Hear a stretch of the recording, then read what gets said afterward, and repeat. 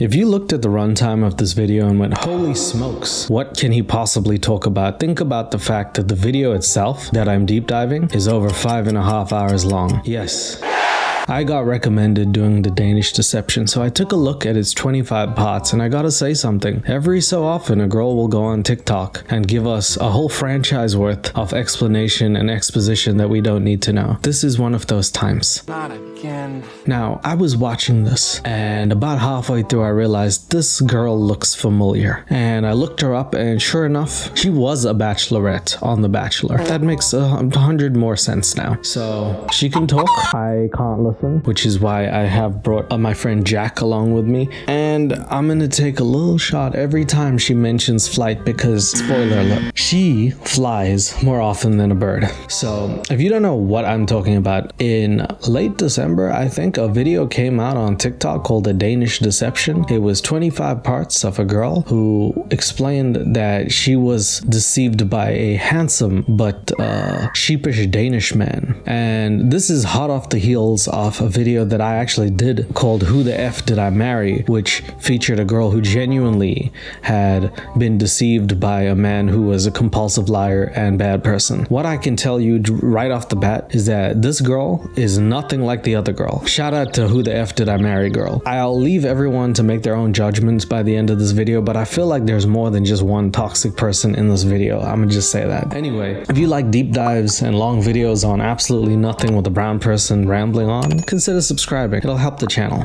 I sit at my desk for hours, editing, gaming, writing scripts, basically pretending I'm productive for long periods of time. And lately I've noticed something. My back is not doing too well. So my friends at FlexiSpot sent over the C7 Max, and honestly, it's the kind of chair I should have had years ago. The headrest is 3D adjustable, so you can actually set it to where your head naturally rests instead of doing that weird turtleneck thing. The whole backrest height adjusts too, which is great because everyone's body is built differently. And here's my favorite part. The support isn't just for your lower back, it focuses around the sacrum too. So it feels like the chair is actually holding your posture instead of just poking your spine. The seat also has a latex cushion with memory foam, built for long sitting sessions, which is perfect because sometimes my job is basically sitting professionally. And the 5D armrests move around too, so whether I'm typing, editing, or gaming, my arms aren't just floating in the air like I'm casting a spell. And yes, it reclines with a footrest, which means I can take a nap at my desk. Father's Day is almost here. Treat dad to an upgrade he'll love. Use code C750 at checkout and get $50 off your order. Don't miss out. And if you're on a tighter budget,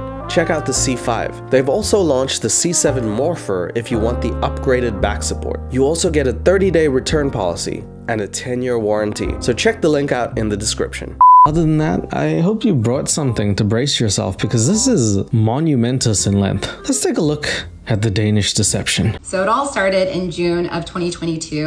I was working like a dog and I knew I needed a break. So I reached out to my friend Sarah, who was living in Germany at the time with her husband. Shout out to Germany. I love what they did more recently. I love that stuff with the Adidas and all that. Don't like that stuff with the whole World War II and one and things, but shout out Germany.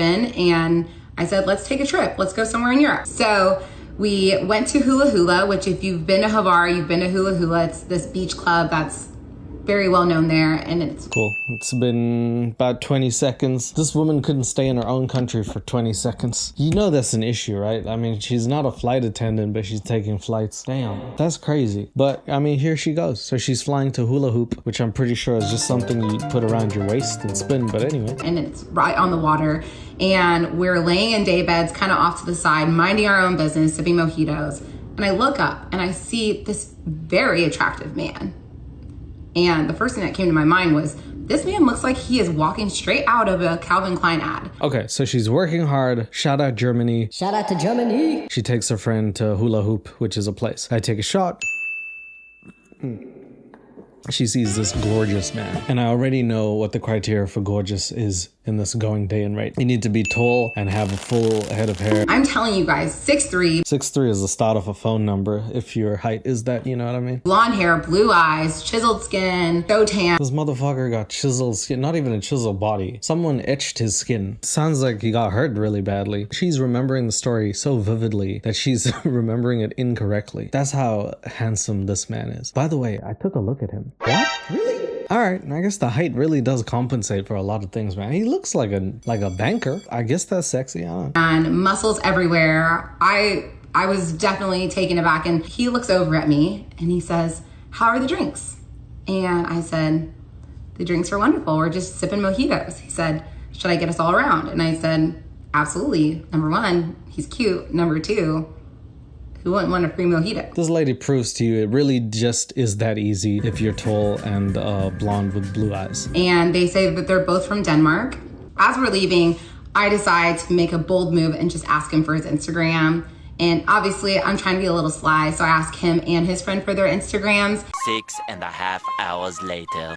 And then he reaches out to me and he says, "Hey, like, what are you guys..." She says things like, "I don't want to bore you with a long story. I'm going to get to the point," and then proceeds to talk for 5 hours. I had to cut down a lot of stuff here. So if you really want to see the full thing, it is up on her channel. You absolutely can.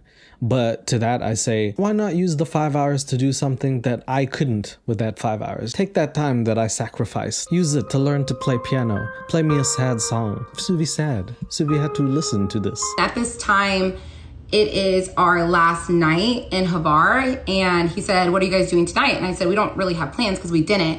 And he said, "Well, do you guys want to come to dinner with us?"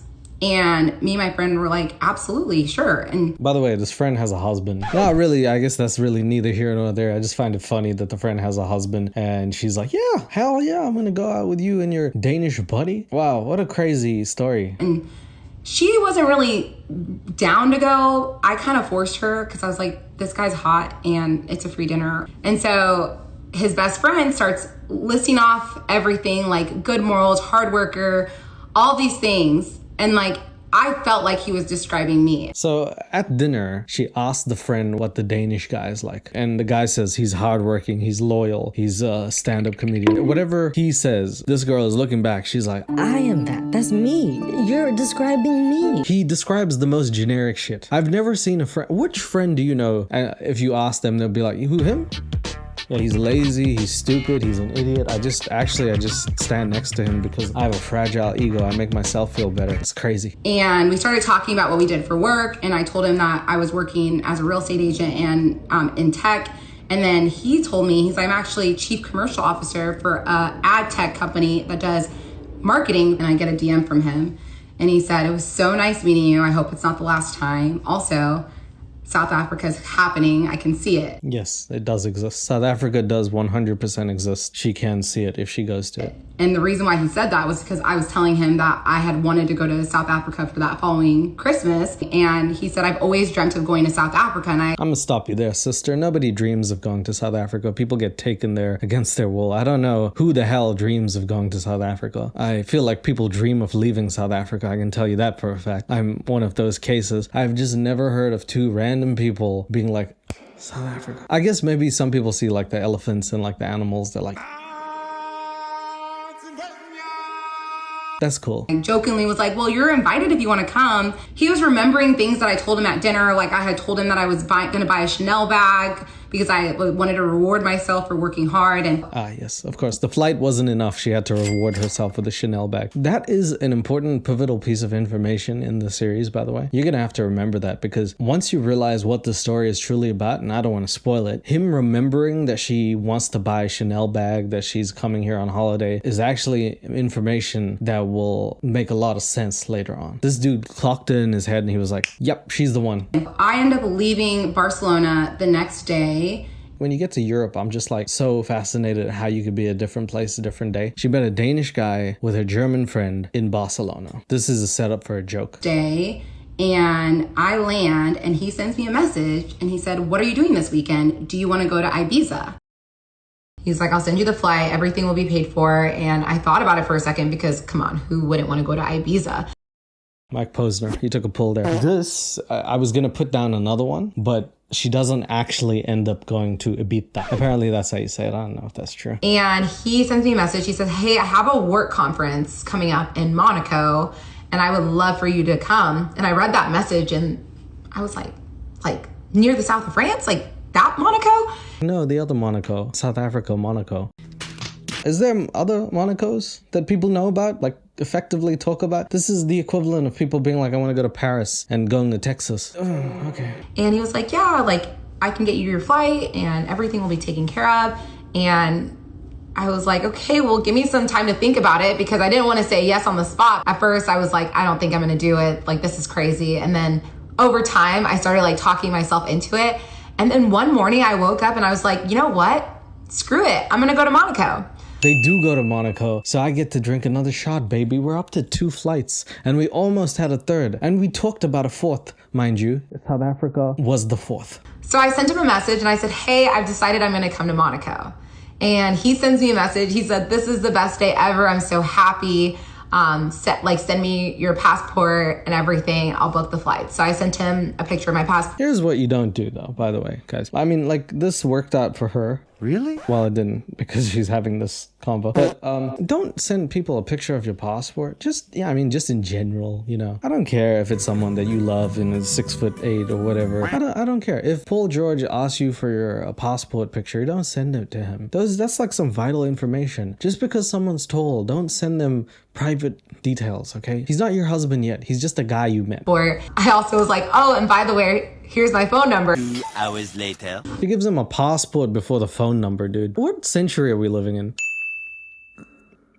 I'm surprised she didn't just give him a key to her house and a social security number. Also, the firstborn children that she doesn't have. Oh, that didn't make sense, but I'm 2 shots down. And then we started talking about like our families a little bit too. I told him I'm super close with my family. He said I'm really close with my mom and my little sister. I do have an older sister that I don't talk to. I tell people all the time that it felt like we fell in love over the phone. We had this. All right. So like at this point, after getting the phone number, they start calling each other. They're talking about their family. He says he's close with his mom and sister. She says she's close with all of her family. Somehow this translates to he's a good family guy. It's Peter Griffin. And then she said, we fell in love over the phone, which just means one thing. Soulja Boy was right. Kiss me through the phone was like a prophetic thing. This dude didn't even have a smartphone and he was kissing people through that Nokia phone. He was putting his lips on the fucking buttons, guys. My God, Soulja Boy. What a poet. Had this plan that we weren't going to FaceTime at all because we wanted the next time we saw each other to be in person. He said, you know, if we ever end up getting married, you're going to meet the queen. He said, well... Yeah, she's dropping a lot of things on me right here. She's dropping a lot of jewels. I'm skipping through here, but at some point during one of these calls, she's like, no FaceTime.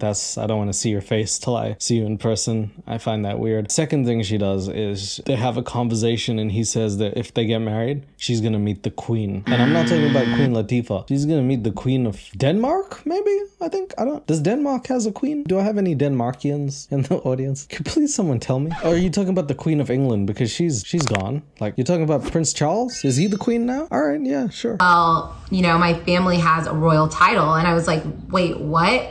And he sent me this link to this site. It's called the Order of the Elephants. Order of the Elephants doesn't sound too much like royalty. I gotta be honest with you, because I'm pretty sure if I go up to England and I start calling them elephants, those dudes with the hairy condoms are gonna start hitting me. I don't know. Maybe I'm wrong, but I'm 100% right. So I start going through the page that he sent me and I see someone that had the same last name as him, like some old guy from like the 1700s. And I remember taking a screenshot and I said, is this your great great grandpa? And he goes, now you're getting on track. If she did that to an Asian person and she saw someone with the last name Chan and then she went and she was like, is this your great grandpa? That's like 600% racism. But this is like accepted, like in this particular scenario. My next question to you is, how's your etiquette? And I was like, I mean, I think it's okay. And so I'm sitting here like, who is this man? He's attractive. He has a great job. He has a royal title. I mean, she was on The Bachelor. She should have known. You gotta know these dudes. Like, someone comes out of the blue. He's from Denmark, which is a country that's not like a crazy country. Like, it's a great place, seemingly. He seems like he's in a great financial position. He's got the height, he's got the looks, and he has royalty in his family. You reckon that guy's just walking around, going to parties, being like, can I buy you a drink? I'm assuming that's how he talks, even though that's not at all what they sound like. Like, is there anything wrong with him at this point? Probably, right? Because, I mean, if I met a girl, right, at the bus stop and she's like, Do you want to meet the queen? I'll be like, bitch, I need to move seats now. I can't sit next to crazy. I'm not gonna have this conversation with you. Honestly, if someone said, do you want to go to Burger King and show me the king, I would be more prepared for that scenario than to meet the queen or something. So I don't know how you could just accept this information. I honestly think she's blinded by this guy's looks and height and body type, that she's willing to believe things that maybe she otherwise wouldn't. I don't know in what scenario this would fly. It was just like we truly fell in love over the phone. Boarding that first flight, I was sitting there and I was like, this shit is really happening. I land, I get my bags and baggage claim. I sent him a text. I said, I'm here. I appreciate the detail. And just one of the many details in that 6,500 hour thing that she said is, I went to pick up my bags from baggage claim. And then I opened the door, but I used the doorknob, and then I pushed the door, and then I walked through the door, and then I closed the doorknob, and then I closed the door, and then I locked the door. Then I turned to him and I said, I love you. Shut the fuck up. Just those little details, those little nuggets of information that you're like, good work. That's nice. I like that. It's all part of her audiobook. Too many pages by that lady. We're on to part 3 now, guys. We're blazing through this. Part 3 out of 25. Woo-hoo. I walk out of baggage claim and I'm scanning the scene. Dude, she doesn't just go to baggage and grab her bags. What is she gonna teleport? She walks out of baggage claim into the next section. Duh. She has to tell you everything of a date. And I see him. And everything in me feels peace and joy. And I finally get to him and he hugs me, but like he picks me off the ground and he's hugging me and I'm hugging him back. And then he puts me down. He looks at me, he goes, hi, Bambi. And that was a nickname he used to call me. And I was like, hi. Well, that's an interesting nickname considering Bambi's mom died and got shot. I don't know if I'd like that name, you know what I mean? Like, hi, bedwetter, like, you know what I mean? Like, it's not as cute. But anyway, cool. So I think she really does enjoy the height of this man because she emphasizes the fact that he picked her up like she was a little schoolgirl, which coincidentally, Prince Andrew, schoolgirl, you know what I mean? And I was like, hi. And we just proceed to make out in the Nice airport. Yeah, shout out to that airport. Woo! We made out in that airport. Woohoo! That's maybe something you could have kept to yourself, but okay. She's really happy to see him. She wants to tongue him down in the airport. She wants to swab his ass in the airport, okay? She's doing TSA random checks on him in the airport right as we speak. And so we get to the hotel, we check in, we get to the hotel room, and let's just say we had a wonderful time. The next day, we decided to... They banged it out. They sealed the deal. They consummated their relationship. Good stuff, guys. To head to Saint-Tropez. We get to the hotel in Saint-Tropez. Okay, they're going to Saint-Tropez. I don't even know what that is, except for the J. Cole song that's Saint-Tropez. That's the only reference I have for that. Otherwise, she's gone to Saint-Tropez. Where even is that, guys? Saint-Tropez. It's southeast of France. Man, that is cool. Saint-Tropez. This hotel is so nice. I've stayed in 5-star hotels before, but like I've never stayed in like 5-star hotels that are like a full suite with like private pool. And I like looked up the room and it was like 1,500 to like 2,000 euros a night. And I'm like, damn, it's almost as much as your Chanel bag. That's crazy, man. So she's staying in some lavish place in Saint-Tropez. I mean, how could things even go bad? They banged it out in the last place. She made out with him at the airport. Things are looking great, guys. So when does it start going wrong? I'm absolutely not used to this. And I remember telling him that. And we're sitting at dinner and he's talking to me about his mom and talking about how he's so protective over her. And can I just say something? We're 3 parts into this and I've heard nothing but her go to dinner and restaurants. I know she said that she worked hard, but has she been taking a break ever since that few days that she's worked hard or something? Because it feels like she's been working for like 1% of the story and then eating dinners and going to different countries for the 99%. But that's not the point. The point is that she's now falling more and more in love with Danishman because he's talking about his mom and how he really loves his mom. And then she's like, I also love my mom, which means we should now love each other. And how much he loves her and how he like would do anything for her. And I remember just like looking at him and just being like, this is like everything I want in a man. He picked up on some expression and he was like, what is it? And I was like, nothing. And then he grabs my face and he pulls it close to him. And he goes, tell me. And I say, I'm in love with you. It's been about 2 weeks, I think, something like that. It hasn't been a long time, but she's went from I don't know this man to I'm going to have his babies whether he likes it or not. That's basically what is happening right here. That sealed the deal. Once she stayed in Saint-Tropez for a night, she's like, I could get used to this. I do love you, sir. I want to say it back to you, but I also want to have my own special moment, so I'm not going to do it right now. I used to tell everyone that this was the best day of my life because we spent the whole day just swimming and laughing and eating and having such a great time. And the next day, we go to Cannes. I don't know if this is necessarily considered flights, but I'm just going to put it down as a technicality because perhaps, you know what I mean? They're just traveling. Sure, they took a car, but you know what? They're traveling nonetheless. Another one, as DJ Khaled said, as he booked a trip to Cannes. Another one. And I remember that first day in Cannes, we're having a great time. We went to the beach for a little bit and then we decided we're gonna go shopping. And he tells me, you can pick out whatever you want to buy, you can get it. So we're going to like Cartier, we're going to Chanel, we go to Dior. I see this yellow bag I fall in love with. Later that night, we decide to go to dinner and we're eating dinner and I go to the bathroom and She takes a fat dump. Nah, I don't know, but I was just joking. I have myself a fall. And She doesn't take a fat dump. Maybe she does, but after that, she tumbles and things are looking bad because everyone rushes to her. She's in a foreign land and she doesn't even know what happened. This is where things start to get crazy.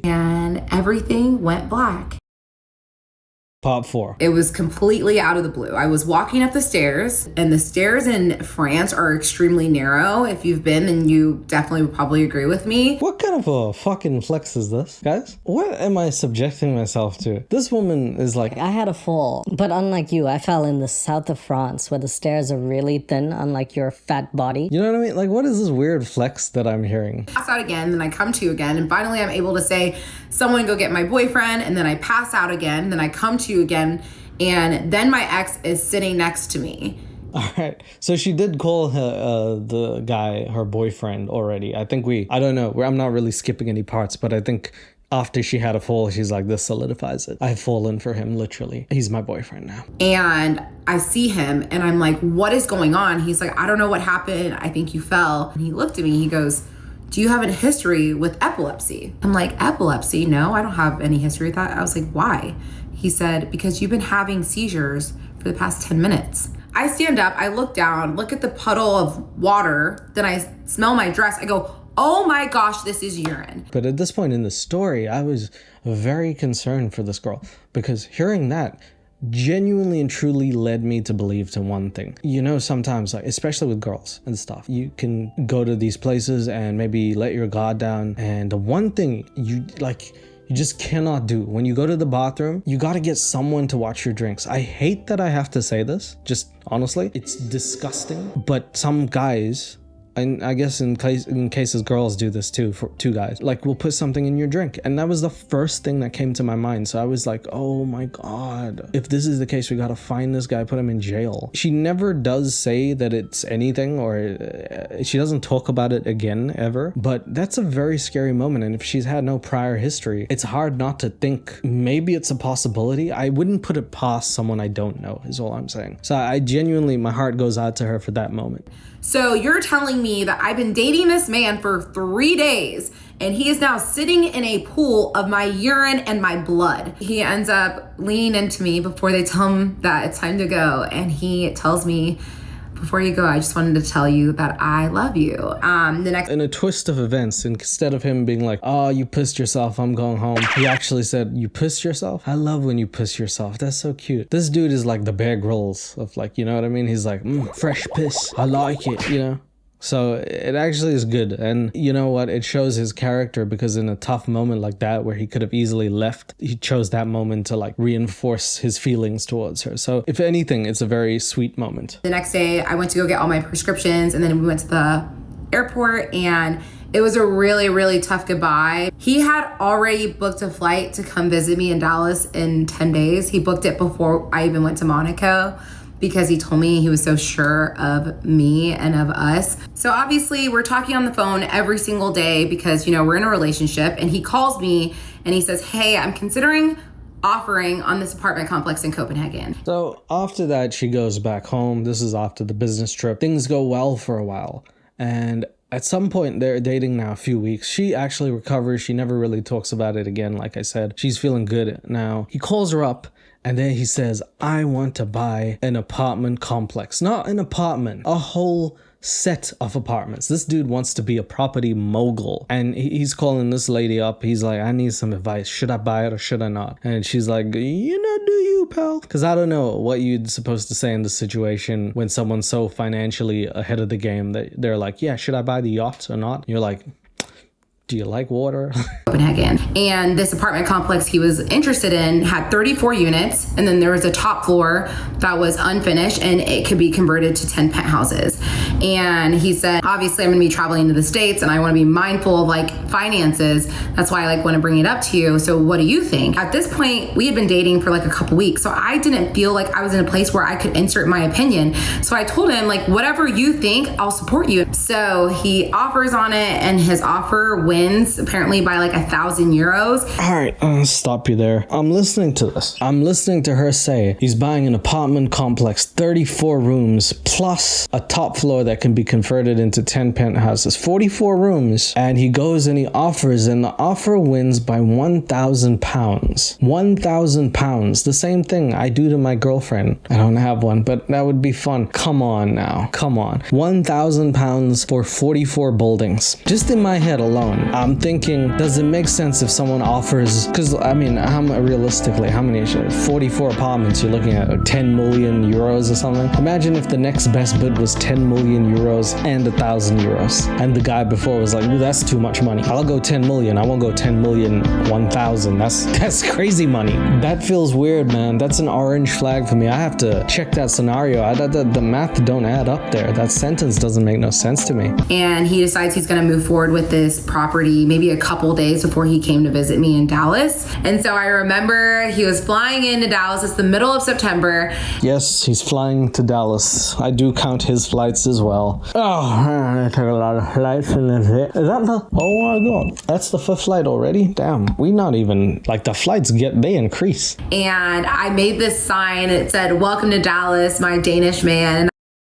And I see... You should make a sign when you come to Denmark. Welcome to Denmark, my Dallas girl. That would be cute. Anyway, it's part 5 now, and she's unfortunately, but that's fine, Let the girls hang out. They deserve to be seen. I see him, and immediately I'm hit with a realization that I've got it so bad.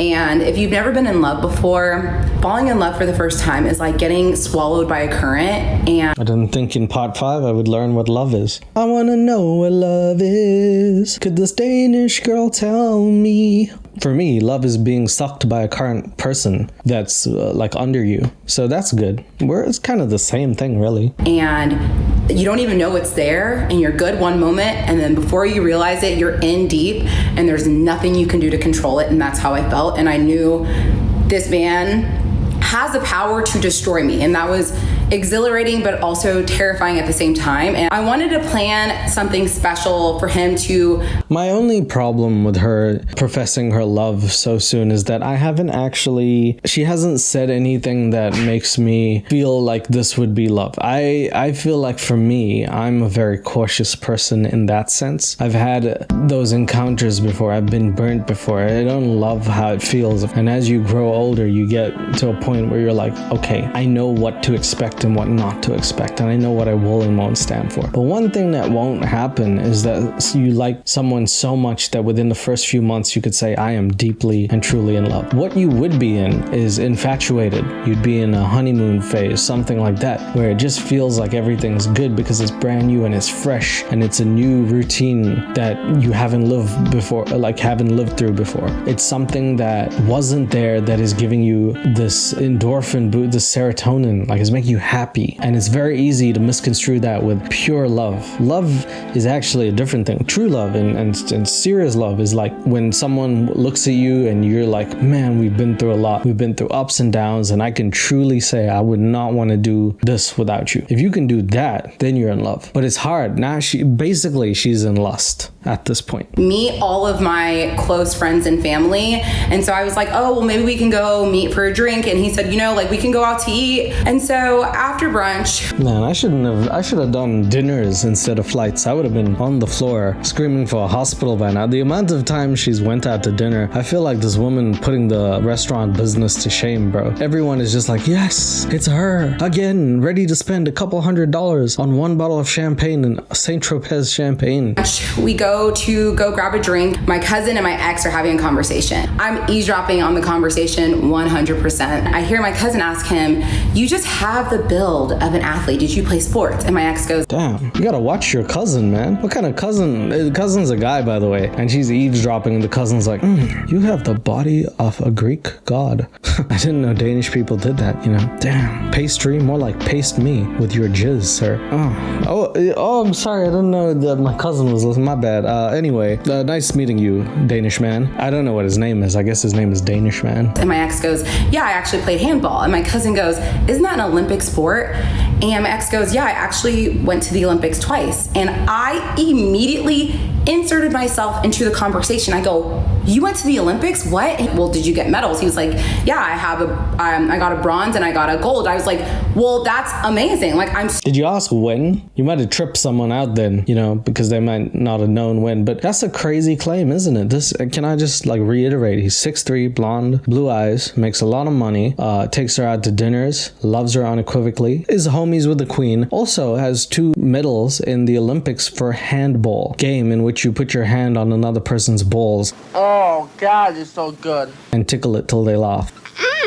So good and tasty. I don't know if that's actually true, but I'm pretty sure that's exactly what it is. like, I'm so impressed. And so I remember he was leaving to go back to Denmark, and I mean, how could you not be impressed though, right? This guy is literally he's literally the character in a 50 Shades of Dane book, okay? He's 50 Shades of Denmark, and I don't even think they have that many shades there. You got a book character that other women write for women. This is like, you hit the jackpot, you know? You gotta love it. I was so depressed, and I just am crying for like hours. I'm so depressed. And Damn, okay, so then he leaves, and now she's really sad. She says she's depressed for hours, which to anyone who's had depression, that's a fucking joke. Hours, rookie, but she's like, what am I gonna do? What am I gonna do without this guy? And she needs to see him again, because once she's had a taste of that Danish, she wants another bite, you know? And I remember I was supposed to go to a birthday party that night, and I texted my friend. I was like, I literally cannot stop crying, so I can't go to this birthday. That's how bad it was. I was actually depressed for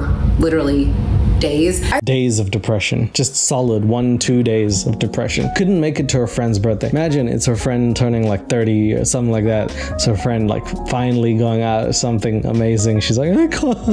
The Danish person's not here. Every time she goes to the grocery section, she's like, Danishes. He looks like one. I still can't believe this came out of my mouth, but I told him, I said, listen, I did not want 5 hours, guys. You'll have to forgive me for not listening to every single... I did listen to every single moment. You'll have to forgive me for not putting it on screen. 5 hours. not want to move to Denmark. And so I was so happy that this man is willing to give up everything to be with me. So now we're in the middle. So yeah, long story short, the thing that happens is that he actually says that he's willing to come down to Texas, actually, rather than her moving to Denmark, which she didn't want to do. She actually wanted to stay in America, and he's willing to do that. So she's actually lucked out on that, because probably one of the biggest, if not the biggest thing with long distance relationships is if someone's on the other side of the world, you're like, oh, all their family and friends are there, and all your family and friends are here. Someone has to make the move in order to fully be with the other person, and that is a huge sacrifice. So she's literally hit the jackpot. This person is everything and willing to be with her. That is 1 in a million. So now we're in the middle of October of 2022.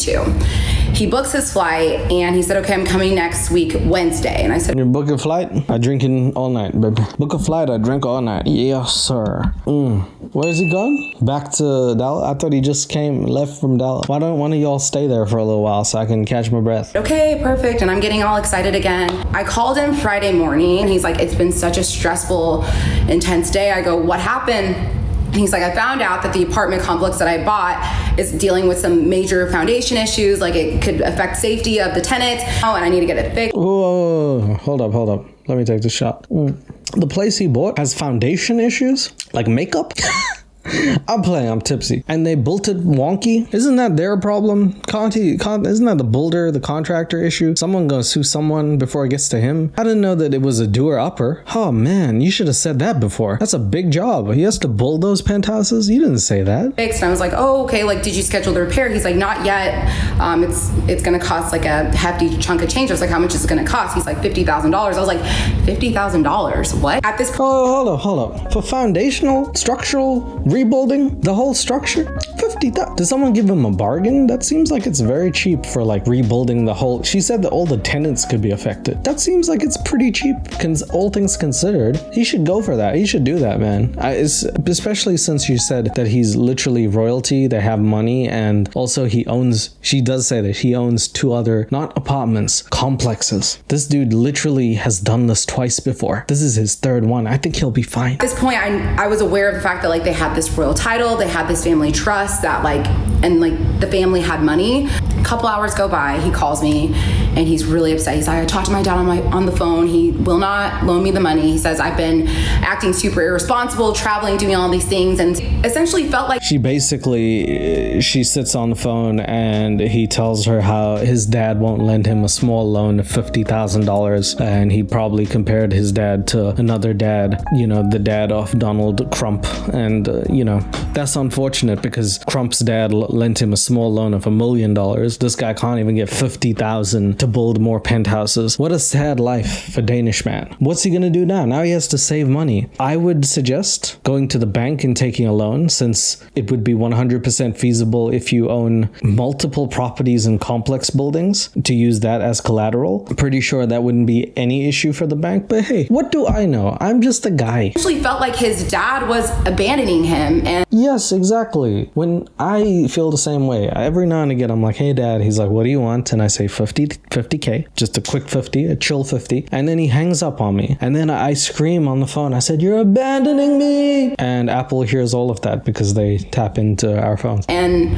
I felt really bad for him. And so I said, what's the plan? He's like, I'll figure it out. Like a couple days go by and he's communicating that he's still stressed out about coming up with this money. And so I said, you know what? Like, I can loan you the money. And so now this is the pivotal moment where their relationship changes for the worse. He needs money. He can't pay off his shitty house. And she says, I'll lend you the money. Now, when it comes to friends and finances, I already don't, it's not something I'm hugely a fan of. Lending your friends money, it comes in the way of relationships at times. But she's loved him for over 3 weeks now. And she thinks money is something that he needs it. She wants to lend it to him. She wants to be a good person. And he has paid for everything thus far. So initially he doesn't accept it until things get very bad, and he decides, yes, I think I'll probably take your money. And 2 days before he's supposed to come to Dallas, he tells me, he says, just letting you know, I'm not gonna be able to come to Dallas because I need to figure out this issue. And at this point I start freaking out because I'm like, no, like I 100% like want you to come still. Just let me loan you the money so that you'll be fine and we can, After some thinking, he was like, okay, fine, I will borrow the money from you, but you have to promise me that this will be the only time and that you're 100% comfortable. And I said, absolutely. So there it is. She lends him money. And this is the first time of many times that she will lend him money. So if you're thinking Danish deception is largely an issue where he's been cheating or something like that, he has not been cheating. He's been borrowing money from her. It's a monetary thing. This Slimer has been borrowing money from this poor girl who's worked so hard to go on holiday after holiday after holiday after Chanel bag. So I download this. Part 6. Download this app. It's called Revolut, and it's kind of like Venmo where you can send money internationally instantly. And I was able to send him the $6K, and the next day he flew into Dallas to come be with me. I don't know if that's a new flight. I can't really remember. I'm just gonna call this a null and think it's not a flight. But she doesn't lend him 50K, by the way, in case anybody was thinking. She lends him 6K because apparently he just found the other 40K somewhere. He's just like, oops, it was right where I left it, under my bed. And so she's fine. She's got 6K that she's lent him. Things are good though, because he comes back to Dallas and they get to be with each other. What she really wants wanted was to see him. I would say this was a very special trip for us because this was like the first time that he actually started making friends. He leaves, obviously, again, I'm depressed again. At this point, I know. Obviously, naturally. Once he leaves, the depression hits. She's a sad monkey. You know what I mean? She's just really not happy when her man's leaves. It's kind of sad. She clinging on to him, man. You know what I mean? I thought she was like super, I don't know, happy individual, or like, so I think she said she was independent at some point, but not anymore. Now every time he's gone, he takes the son away. I know he's definitely planning on coming to Dallas for Thanksgiving to meet my parents. Oh, okay, he's coming back. Never mind. I don't even know why she's depressed, man. This is actually a really good outlook, because lots of people, especially in long distance relationships, are like, I see you once every 2 years. She's like, oh, he's gone again. Oh, when will he be back? What day is today? Friday. He'll be back on Sunday. But it's gonna be a rough 2 days. What am I gonna do? Who am I gonna do? But I didn't know when he was planning on flying back. And I feel like the second he leaves, like everything just kind of like starts to like fall apart for him. His back pain was getting like much, much worse. And I get a text from him. He's saying, hey, my dad's in the hospital. He had blood poisoning, and he had like... This motherfucker is poisoning everyone, isn't he? First he started poisoning her, now he's like, my dad next. Don't want to lend me a loan of $50,000? Well, that's your life, Pops. I don't know what's happening there, but apparently things are not looking good for this man. He's got back issues and he's got father issues. Man, that sucks. That's just every 30-year-old, isn't it? He had like... his infection numbers were like going crazy. And I remember telling him, well, if you're not able to come to Dallas in November, obviously I'll understand. Over the course of the next couple days, his dad started to show some more improvement.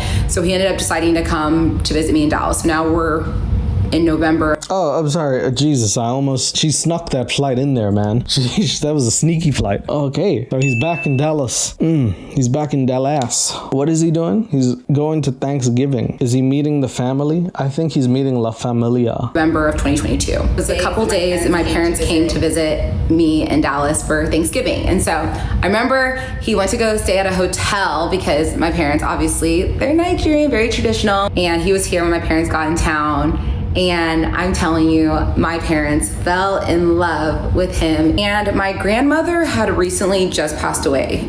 Whoa, that's a whiplash twist. Wow. I was like, wow, she is telling a story with such a vigorous smile. I was actually thinking about it and thinking, wow, this girl really can recount the events as if they just happened, because this is not a good story. It's a sad story, actually. So the fact that she's so happy talking about how the parents loved them without any spite, I was like, wow. And then in the same sentence, she's like, things are going good. My grandma died. I was like, damn, that's you just 180 that. That's very sad. Damn. Okay, so parents love him. Everything's going good. He's in a little financial trouble because he's made a commitment to those apartments. But everything else is good, man. The family loves him. She loves him. Everybody, and he's fond of his mother. Not in that way. You know what I mean? It's good.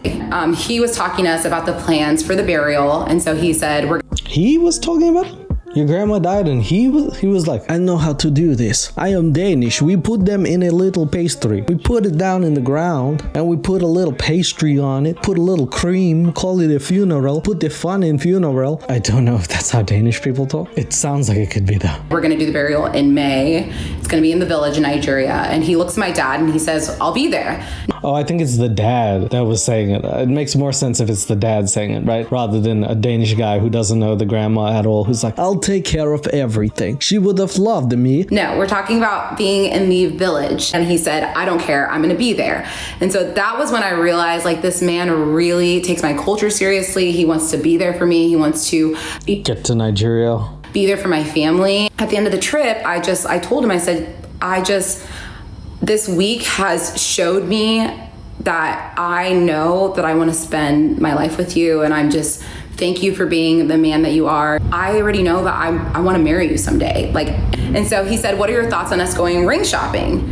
And keep in mind, at this point, we've been dating for like 4 months. Nice. 4 months into it, grandma dies. He says, I'm going to be there for the funeral no matter what, even if you don't invite me. And that's really what is like leads her to believe that I'm going to marry you, because knowing that grandma has passed away, knowing that he's so touched by grandma passing away, makes her really want to just turn him from boyfriend into husband. It's a very sweet moment, but I gotta say, this video is kind of about scamming in a very roundabout way. And once I heard she was Nigerian, me being someone who does a lot of scam phishing English content, only one thing came to mind. Maybe this dude is getting revenge. You know what I mean? Because, I mean, you know, the Nigerian people, they're pretty far ahead in that scamming business. And usually they're scamming Europeans. Maybe this guy woke up and said, how would you like a taste of your own medicine? And then he was like, I'm going to find one. And he did, you know, he played the Uno reverse card. You ever thought about that? I remember I'm trying on lab grown and natural, and I'm like looking at the price difference. So yeah, anyway, the guy's now going ring shopping after 4 months. They're accelerating their relationship to the point where 4 months is 120 days. They're 1 month off 90 Day Fiance, and they think it's a good idea. I've watched 90 Day Fiance. I don't think there has been a good idea on that show, unless it ends. That would be the best idea for the show. But she is ready to go ring shopping, and it turns out she's looking for them natural diamonds or lab diamonds. Differences, and I'm like,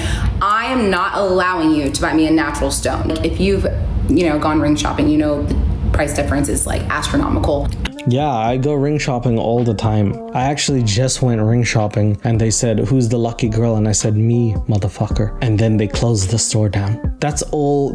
I'm so glad that she humble, whatever you call it, humble flex. Everything she ever talks about, she's like, if you know about the difference between natural and live diamonds, you know how expensive they are. If you've actually, you know, been in a position where someone is giving you that option, you know, unlike some of you people who haven't been to the south of France and cracked your head open, I love that kind of life. Too humble flex, humble bragging. Damn, I've never received a diamond ring of any kind from someone. I wish some beautiful 6-foot lady would just sweep me off my feet and put a diamond on my finger and be like, Suvi, natural or whatever the other option is. Lab grown. Yeah, we'll grow your diamond. I remember I picked out a ring that I really liked, and then we left, and that was basically the end of like the rings for that moment. So you didn't buy it? Window shopped a ring, huh? That's nice. Got a nice ring to it. I like that. I want to go into one of those shops, the ring shops, and just say just looking while those guys, they go around me like hawks because they know they get commission if I buy something. That's good, man. He gaslit her. He's like, is that the ring you want? Wow, you're gonna have to pay for that. So we already had planned to spend Christmas together. Originally, we were talking about going to South Africa, like I mentioned before, and then we started looking at flights, and he was like, it's a long trip. I only want to fly business, and they were like $12,000 round trip. And he's like, well, maybe we can make it work. I was like, we are not spending that much on flights to South Africa. That's not happening. Yeah, that's true. People pay that much to leave South Africa. Shout out South Africa. That is my motherland. I love the country, but goddamn, I don't know if anybody's paying that much money to go there. We're gonna go to Brazil. I said, okay. Oh, okay. Jesus. I thought, honestly, for a minute, I was like, she's finally grown some sense. She's like, no, I'm not gonna fly anymore. We've done this too much. No more South Africa. Then she takes a breath and she's like, Brazil. It's safer. Cool. Flight number 8, guys. If I wrote down all the places, it would be like one of those geography things. You just point to it. Which country has she been to? South of France, Brazil, South Africa, the good part. I said, okay. I wake up one day, I said, hey, did you book the travel? And he was like, no, I haven't, but there's something I need to talk to you about. I go, what's up? He goes, so I talked to a doctor because my back has gotten really, really bad, and it turns out I have 2 herniated discs. That's fine. We don't need to go on a trip. I'll just come to Denmark and I'll help you. So, oh man, it's just funny. It turns out his back is so bad that he actually cannot go to Brazil. He's got herniated discs, and she in this moment is like, that is really crazy. I'm so sorry that we can't go there. It's totally fine. We don't have to go there. Let me come to you. So she's at this point, she's like, if you're not going to fly, I'm going to do it.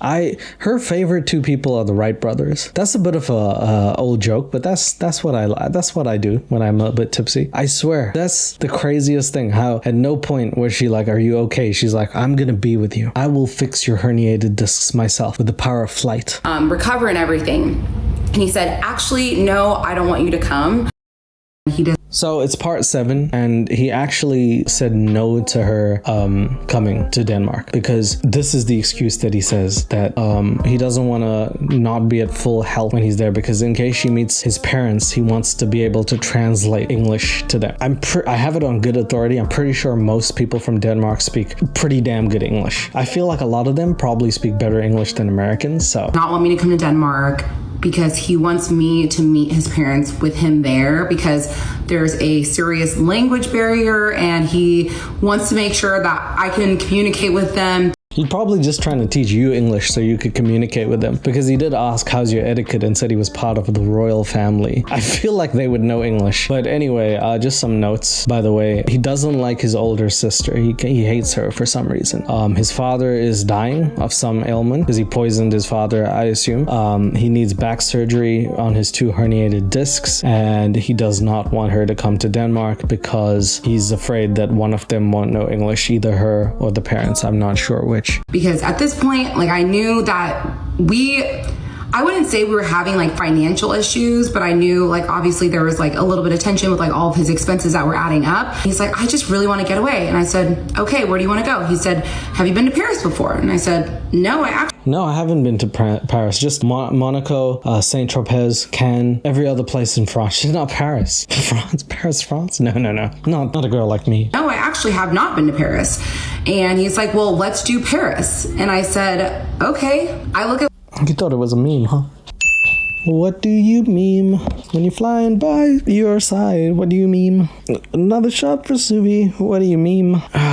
The fact that she said actually when he's like, have you been to Paris? And she's like, no, I actually haven't been to Paris. That's the one place I haven't been. I'm going to tell Miss Frizzle so she can drive a magic school bus to Paris, France. Oh, on the way back, can we go to Saint-Tropez so I can crack my head again? I look at flights. I book a flight from Boston to Paris with a layover in Iceland. And something I need to add is before I had gone to Paris, he had told me no more baguettes, that he had made a transfer. Never mind. Sorry, my bad. From his business account to his personal account. He told me that in Denmark, when you make a transfer from your business account to your personal account, it actually has to go through the IRS. They take out the taxes and then they deposit the money into your personal account. And okay. I don't know what the hell she's talking about at this point. I think maybe I just had drunk too much. It's not making any sense, but I feel like even when I was sober, it didn't make sense to me. And I'm over here thinking like that's so crazy, but I also know like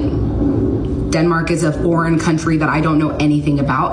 It's almost as if you don't have access to something called Google. You know what I mean? If you don't know, you could probably check it up. We're not living in the Stone Ages, fellow. You could just check it. She seems to think Denmark is like a completely foreign land. She's like, well, I don't know how they do it. I'm pretty sure they still use boats and do Viking things. I honestly don't know. Like sometimes with Americans, you're like, how can you be in all of these countries and know so little about them? Is that not the first thing that you want to learn about the country, its history? Something like that. You want to know a little bit about the country. If he says something that sounds a bit fishy, maybe look it up. You don't have to be a fisherman to check. I didn't question it for a second. He said, I'm just going to ask my mom to give me a quick little loan so I can obviously cover everything with Paris and whatnot. Basically came back to me and said, she said that she will only give me the money if I spend a couple more days with the family. I said, well, you should do that. Like, I don't want you to... We're up to the point in the story where now you're like, I need to ask my parent to loan me money so I can go on a holiday. I'm stressed out with all this money that I'm not making, so I'm gonna ask my mom to loan me money that I don't have to go to a place that I shouldn't go to eat food that I can't afford.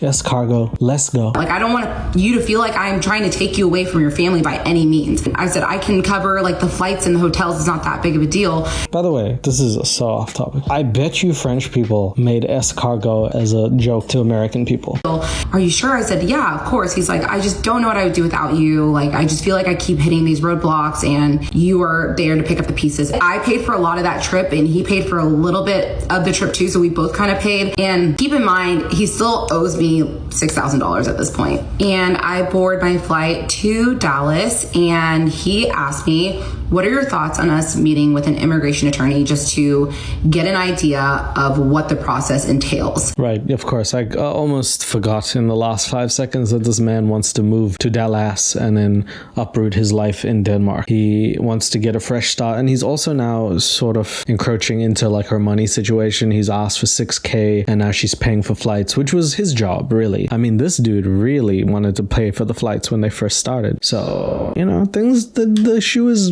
on the other foot now. And I said, absolutely, I would love to do that. He had a work trip in Norway that he was at. And at this point, also, little side note, we had started sharing our locations while we were in Paris.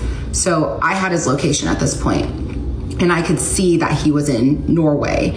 I want to know, actually, in the comment section, can people give me like a few comments? Is that like something everyone likes or dislikes? I'm fine with it if it's my partner, but at the same time, I'm still kind of like, I don't want to have a leash on me. I don't know, like it doesn't really feel like that's a bad thing. If it's to police someone, then it feels like it's actually somewhat breaching privacy. But at the same time, I can totally see why people would do that. And we had a call with the lawyer and we were discussing the process, and she tells us it's going to take 18 months after the time you get married. And that's when he says, well, I would marry you tomorrow. And I was like, well, I would marry you tomorrow. And now it's a teenage love. It's one of those. Really, this immigration lawyer is like, it's going to take 18 months after you guys get married for you to get that green card working so then you could get your butt down to America. And he's like, well, that means I'm going to marry you today. Before that day, he was like, I'm never going to marry you. As soon as the green card was in on it, he's like, right now, down on one knee, proposing with the ring I don't have. Time has come for me to drop the first of many bombs on you guys. Okay, Osama, chill out. Don't say it like that. And is actually not my ex-fiance. He is. Okay. What? He is my ex-husband. Well, don't leave room for me to guess then. I'm just gonna guess if you don't tell me exactly what the situation is. Okay. That doesn't seem like much of a bomb. That's more of like a slight grenade, hand grenade at that. I could have figured that they would have got married. The amount of rings in marriage they were talking about. This is not the biggest bomb I've ever seen. FBI, don't look at me. Kash Patel probably couldn't. Part 8. He already told me about a month prior that he had reached out to his realtor about putting out feelers about selling his home. Because at this point, now that we're getting married, he's like, I'm going to just try to spend as much time in Dallas as possible. He had told me that his realtor got an offer off market for his place. Hold up. He's trying to feel people up, and his realtor said he's got a marketplace. He put his house on marketplace. You're going to get some dank offers, bro. People are going to trade you like coins for your house and things. Someone's going to trade a broken wheelbarrow for your house. What is actually happening here? Sorry. Probably around $500,000. And then one day he calls me and he tells me that he's had the worst day ever. And oh, I'm sorry. He's selling his house, and he's putting out little feelers to see how much people would offer for his household. I don't know how much houses go for in Denmark. I thought this guy was like super rich, so I assumed he'd have a super rich house. 500,000 seems normal, I think. I don't know. But he's selling his house. He wants to move to Dallas and be with his girl. Except he's now had a horrible day. And that seems to be a recurring theme because this man has had a lot of horrible days since getting to know this girl. Methinks something has something to do with it, you know what I mean? Ever since you met her, things have been going bad, you know? And I'm like, oh, he's frantic. He's like, there's a fire in the control room, the electrical control room at the apartment complex that he bought. Holy fuck balls. There's a fire and you're calling someone in Dallas? What are you gonna call her and tell her to call 911 so they can fly over and put the fire out? What? This is the equivalent of like seeing a fire and then getting out a canvas and starting to paint it because it's like realistic or something. Dude, you should probably call the fire department. I don't know if Denmark has one, but if not, go to the closest country, find some water. I don't know. There's no power, like no one has power. He's like, I just paid this guy $2,000 to bring generators to power up the whole entire apartment. I have an electrician coming. Hold up, $2,000 to power up the whole apartment? I did a short film. I wanted to hire a generator. It costs that price. I'm lucky I stole it from my dad's place. But that dude is gonna power up 34 buildings with that generator. What kind of money do they have in Denmark? Is it monopoly money? What kind of make-believe shit am I listening to right now? Also, is anyone gonna put the fire out or is it gonna let people burn? Like Usher?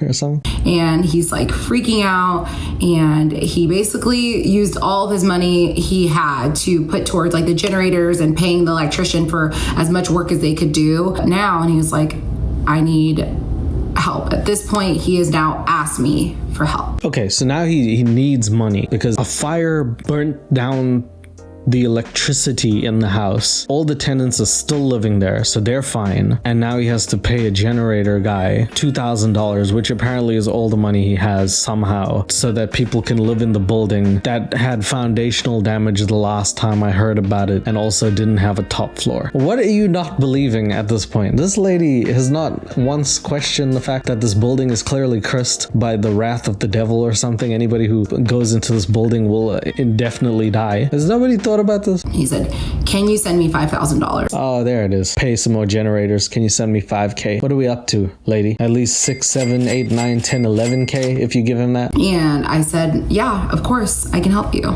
This lady got money for days. She got that Chanel money, man. Whatever she's doing, she's been selling houses. If you can just lend people 6 and 5K like that, she bossed up. Very good for you, man.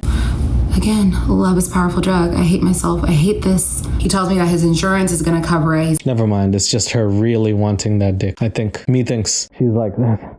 This is the last time I pay for it. Something like that, okay? Because, I mean, I don't know. Most people would be like, don't know if I can get involved in that situation. You decided that you want to buy a whole building complex and you can't pay for it. This is on you, buddy. But she was like, hell yes. We're getting married. He's coming to see my grandma die. Things are going really well in my life. I'm going to give him 5K. He's going to be able to pay me back. And also, like, I'm mindful of the fact that his house is supposed to close at the end of the month. At first, we wanted to go to Vegas. And then we looked into it, and Denmark does not recognize wedding marriages that are done in Vegas, because you can get the marriage certificate and get married in the same day. Yeah, also because Elvis marries you, and it's not Elvis Presley, it's a fat guy called Elvis John or something, and he's sounding like Elvis after he snorted like 10 tons of cocaine. If Elvis can marry you in 2026, you probably shouldn't go to that place to have it be realistic, you know what I mean? Any place where you can see SpongeBob, Elvis Presley, and Madonna in the same street, not the most realistic. Same thing with Colorado. Shout out to Denmark. At this point, he has his shout out Denmark. Woo! Shout out Deception. Woo! flight booked to come back to Dallas in the end of January. Now we're in 2023. And he tells me that one of his really close friends that owns a plumbing business, that he wants my ex to buy out his partner. And he's asking him for a loan of $250,000. And I'm like, she went from this building is on fire, the tenants need electricity, to let's get married in Vegas, to his friend now has a plumbing business that he wants to go into business with him and pay $250,000. Here's a piece of advice from me, Suvi. Unless your name is fucking Mario, I'm not going into business with you as a plumber, brother. We're not plumbing brothers unless we're killing Goombas or something. This is not happening. $250K for some toilet plungers. Are you out of your rockers, mate? This dude is the same dude that couldn't pay for the generators that's now going to plunge toilets with his homie. Toilet plunging with your homie is something you do after dropping tons of ketamine. This is not a real thing, man.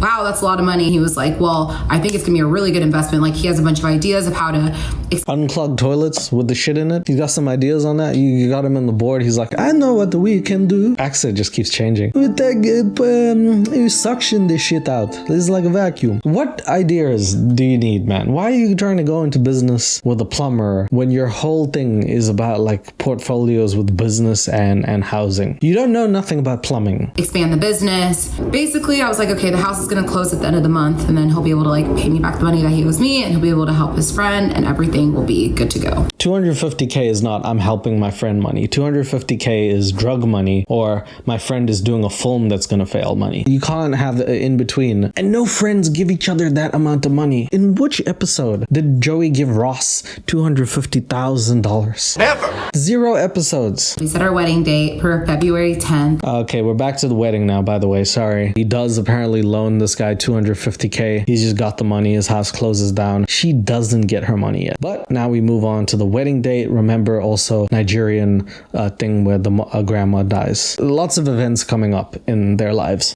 And I remember the night before our wedding, he got really, really bad food poisoning, which I feel like should have been another sign that this was 100% the wrong decision to make. But can you imagine that being a red flag? You're like, there's something wrong with this chicken. And she's like, there's something wrong with this marriage. You're a chicken if you can't stomach that. I've never seen like a more random red flag before. She's like, that should have said everything.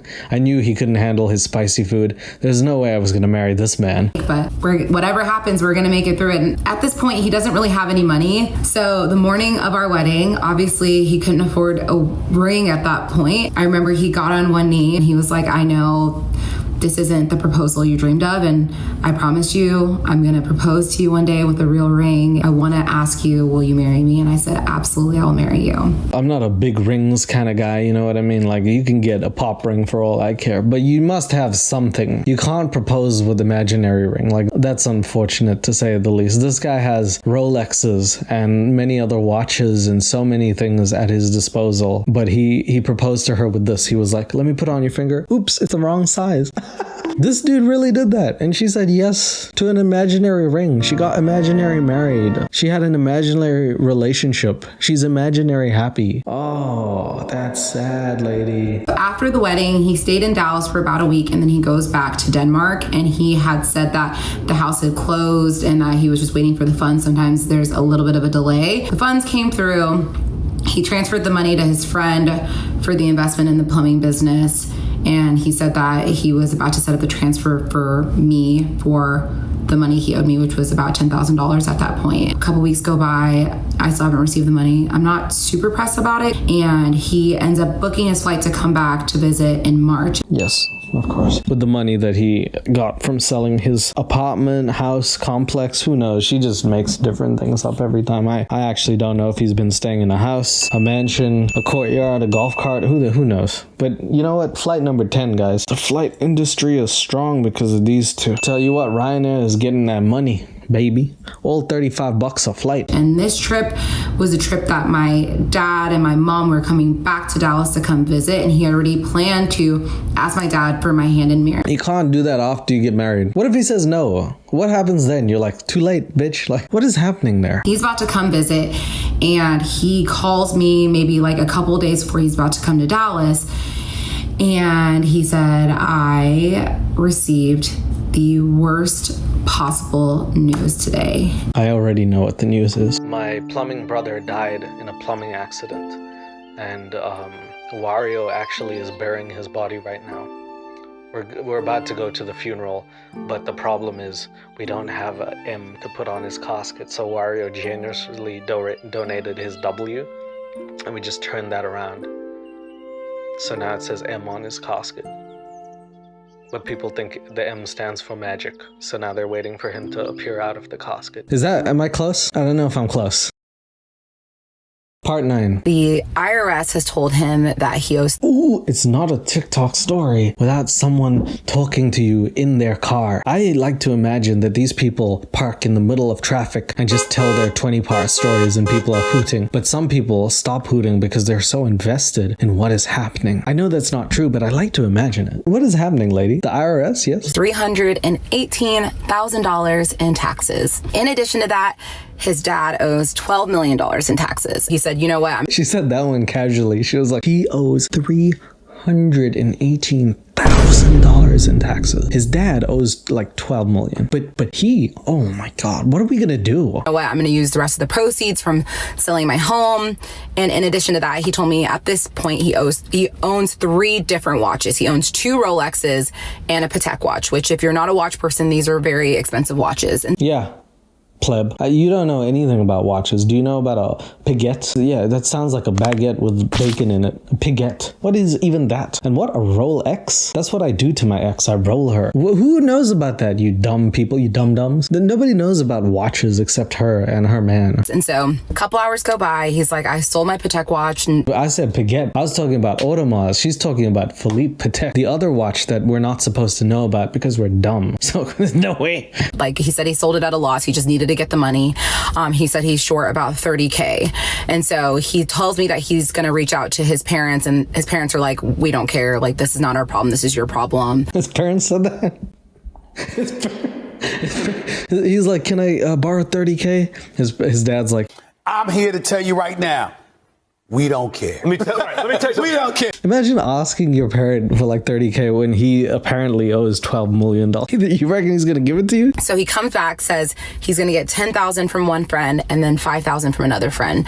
And he just comes right out and asks me, like, can I borrow it? And I did not say yes right away. I said, listen, I told him, I'm like, I'm not comfortable giving you this money because, you know, like, I have to pay taxes too. And now my savings is like really starting to like, and he said, you know, I hired a law firm. They've already looked into my tax records. They've already found indicators of fraud. I think I'm going to be able to get this turned around really quickly. And my biggest worry and concern is that if I don't pay this tax bill, it's going to affect my chances of getting a green card. And that's when I start to panic. And so there's a lot going on here, but apparently he's borrowing money from friends and stuff. I would assume that the Mario brother that he gave 250K to, maybe he can get some of that guap back because he's a little bit short. And I feel like the Mario brother, the Goomba himself, could probably give him the money. He's probably not using $250,000 to plunge toilets. I know. So maybe he could ask for that money back perhaps, but I guess not. So we're complicating situations yet again. And then he starts to, I don't know what the word is, but when you start to bring someone else into your problem and you're like, if I don't get the money, I can't come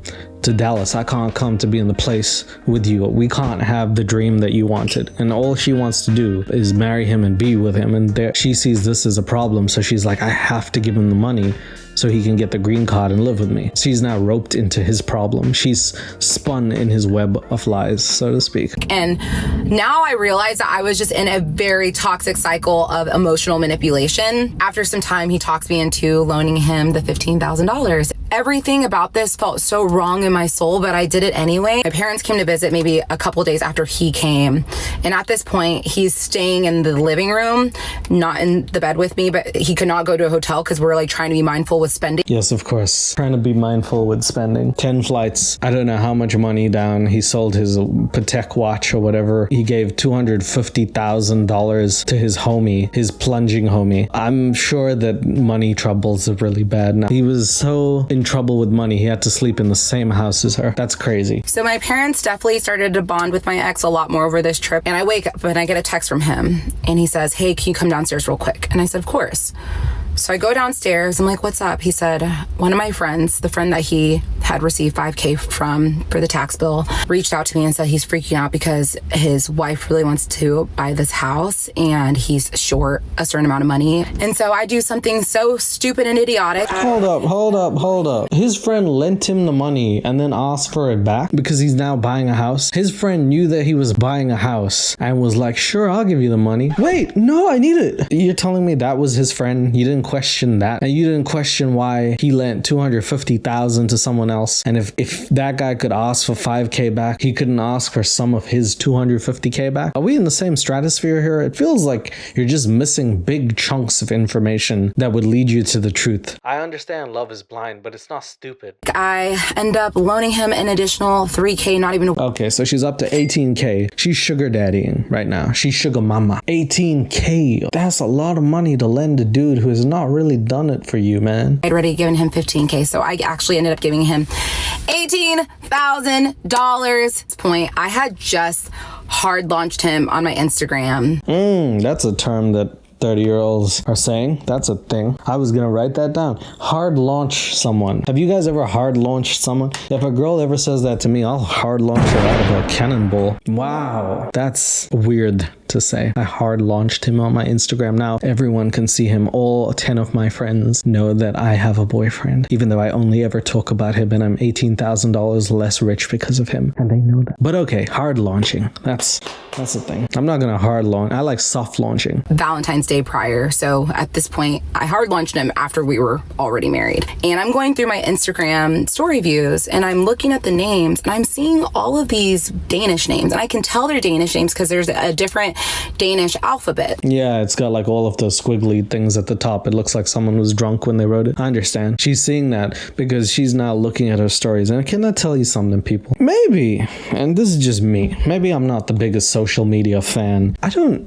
necessarily look at who's looking at my stories and then look to see who's not looking at my stories and then trying to piece together puzzles that aren't there. There's no real need for me to put up a story and then check who sees my story. My vanity doesn't stretch that far, and I don't understand what the benefit is of putting up a story and then looking at people who see your stories. Why? That's my only question. Why? But anyway, she finds a group of Danish people and connects it to him because Danish people know Danish people. And so I brought it up to him like, hey, all these Danish people are watching my story, but I thought it was weird that no one was like following me. I'm like, these are your friends. Like, and I wanted him to maintain the same friendships in Denmark, even though he was moving to the States, because I never want to be the type of person that takes a man away from like his friends and family. That might be the most narcissistic line that I've ever heard someone else say while talking about another person being narcissistic. I just want to break the line down. She said she didn't understand why people weren't trying to be her friends, and then immediately after said she doesn't want to be the kind of person who takes people away from someone's friends. I don't even know how that line applies, but imagine people looking at your story and then just not following you, and you're like, what is wrong with them? Why would they not follow me? If they're his friends, why wouldn't they immediately be my friends? I just hard launched him. We don't know each other. Why are we not best friends? She actually somehow equated that to her feeling sorry for him because she doesn't want to be the person to take away his friends, even though they don't know her and don't follow her. What? Oh my god, the Delulu is strong with this one. Family. I remember I'm clicking profiles and I click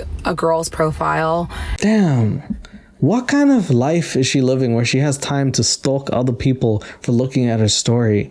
We're doing reverse stalking, guys. This is insane. And I look at the first picture and I see my ex's dog. I saw his dog as a puppy on this girl's profile, and I click the tag and my ex is tagged. And so I look at him, I go, is this your ex-girlfriend? He was like, oh yeah, it is. I was like, oh, so she's watching my story. And I'm like, don't you think this is weird that there's like 15 Danish people watching my story every day? No, it's his friends or people he knows. What? Is this what happens? I'm gonna get a girlfriend. She's gonna be like, Who are these people looking at me? I'll be like, that's people that know me. And she'll be like, Why are they looking at me? because they have eyes and they're curious. Why are you looking at them? Because I have eyes and I'm curious. All right, cool. Can we end the conversation now? Do we have to keep this up? You gotta stalk my ex because she's stalking you. We gotta do this. Cool. He was like, honestly, I just feel like they're a little bit salty that I like moved on. And he said, you should just block them all. Like, I'm not gonna lie, this is like a very toxic group of people. I can tell you something right now, and this is true for all Europeans. Like, I think I can speak for them in this one instance. There is no European who has moved to America and other Europeans see that as a upgrade. I love America, trust me. Despite all of its shortcomings, I love America through and through. I would always live there over Europe. But I can tell you right now, no European person thinks that their life is better in America. People are probably looking at him like, poor soul. What did he do to deserve this? It must be that plumbing business he went in with Mario. And at this point, he had come to visit me so many times. And so I decided, now's my time to go spend time with him in Europe. And I board a flight. Yep, there it is. Almost waited 5 minutes for this. There it is, guys. There you go. The pilots probably know her on a first name basis. And I head to Denmark for the first time. And I land in Denmark and I will continue on in part 10. So I land in Denmark after a couple of layovers, and my ex is waiting after baggage claim. He's waving a Danish flag. I love how she still talks about baggage claim. She makes sure that that's a part of the story. No matter what, she's like, after baggage claim, which is the first thing I do after a flight. Okay, I claim my bags. Those are Chanel, bitch. Oh, so tipsy. And we go directly to an Easter lunch with him and all of his childhood friends.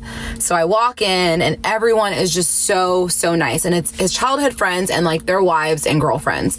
And after the day of exploring, we go to his parents' house. And this is my first time meeting his parents. And the second I walked in, me and his mom instantly connected. And I think we bonded over our mutual love for my ex. So she goes to Denmark. She has a great time meeting the dude's friends. She sees where he grew up. It's sort of like building more of that lore, is giving him like depth as a character. She even meets the man's parents, and despite the horrific language barrier that he said that they were gonna have, they seem to hit it off, especially over the love of, for one person, her husband, the other person, her son. They don't share the exact same love for the person, I hope. One thing I will say is they lived in a very humble home.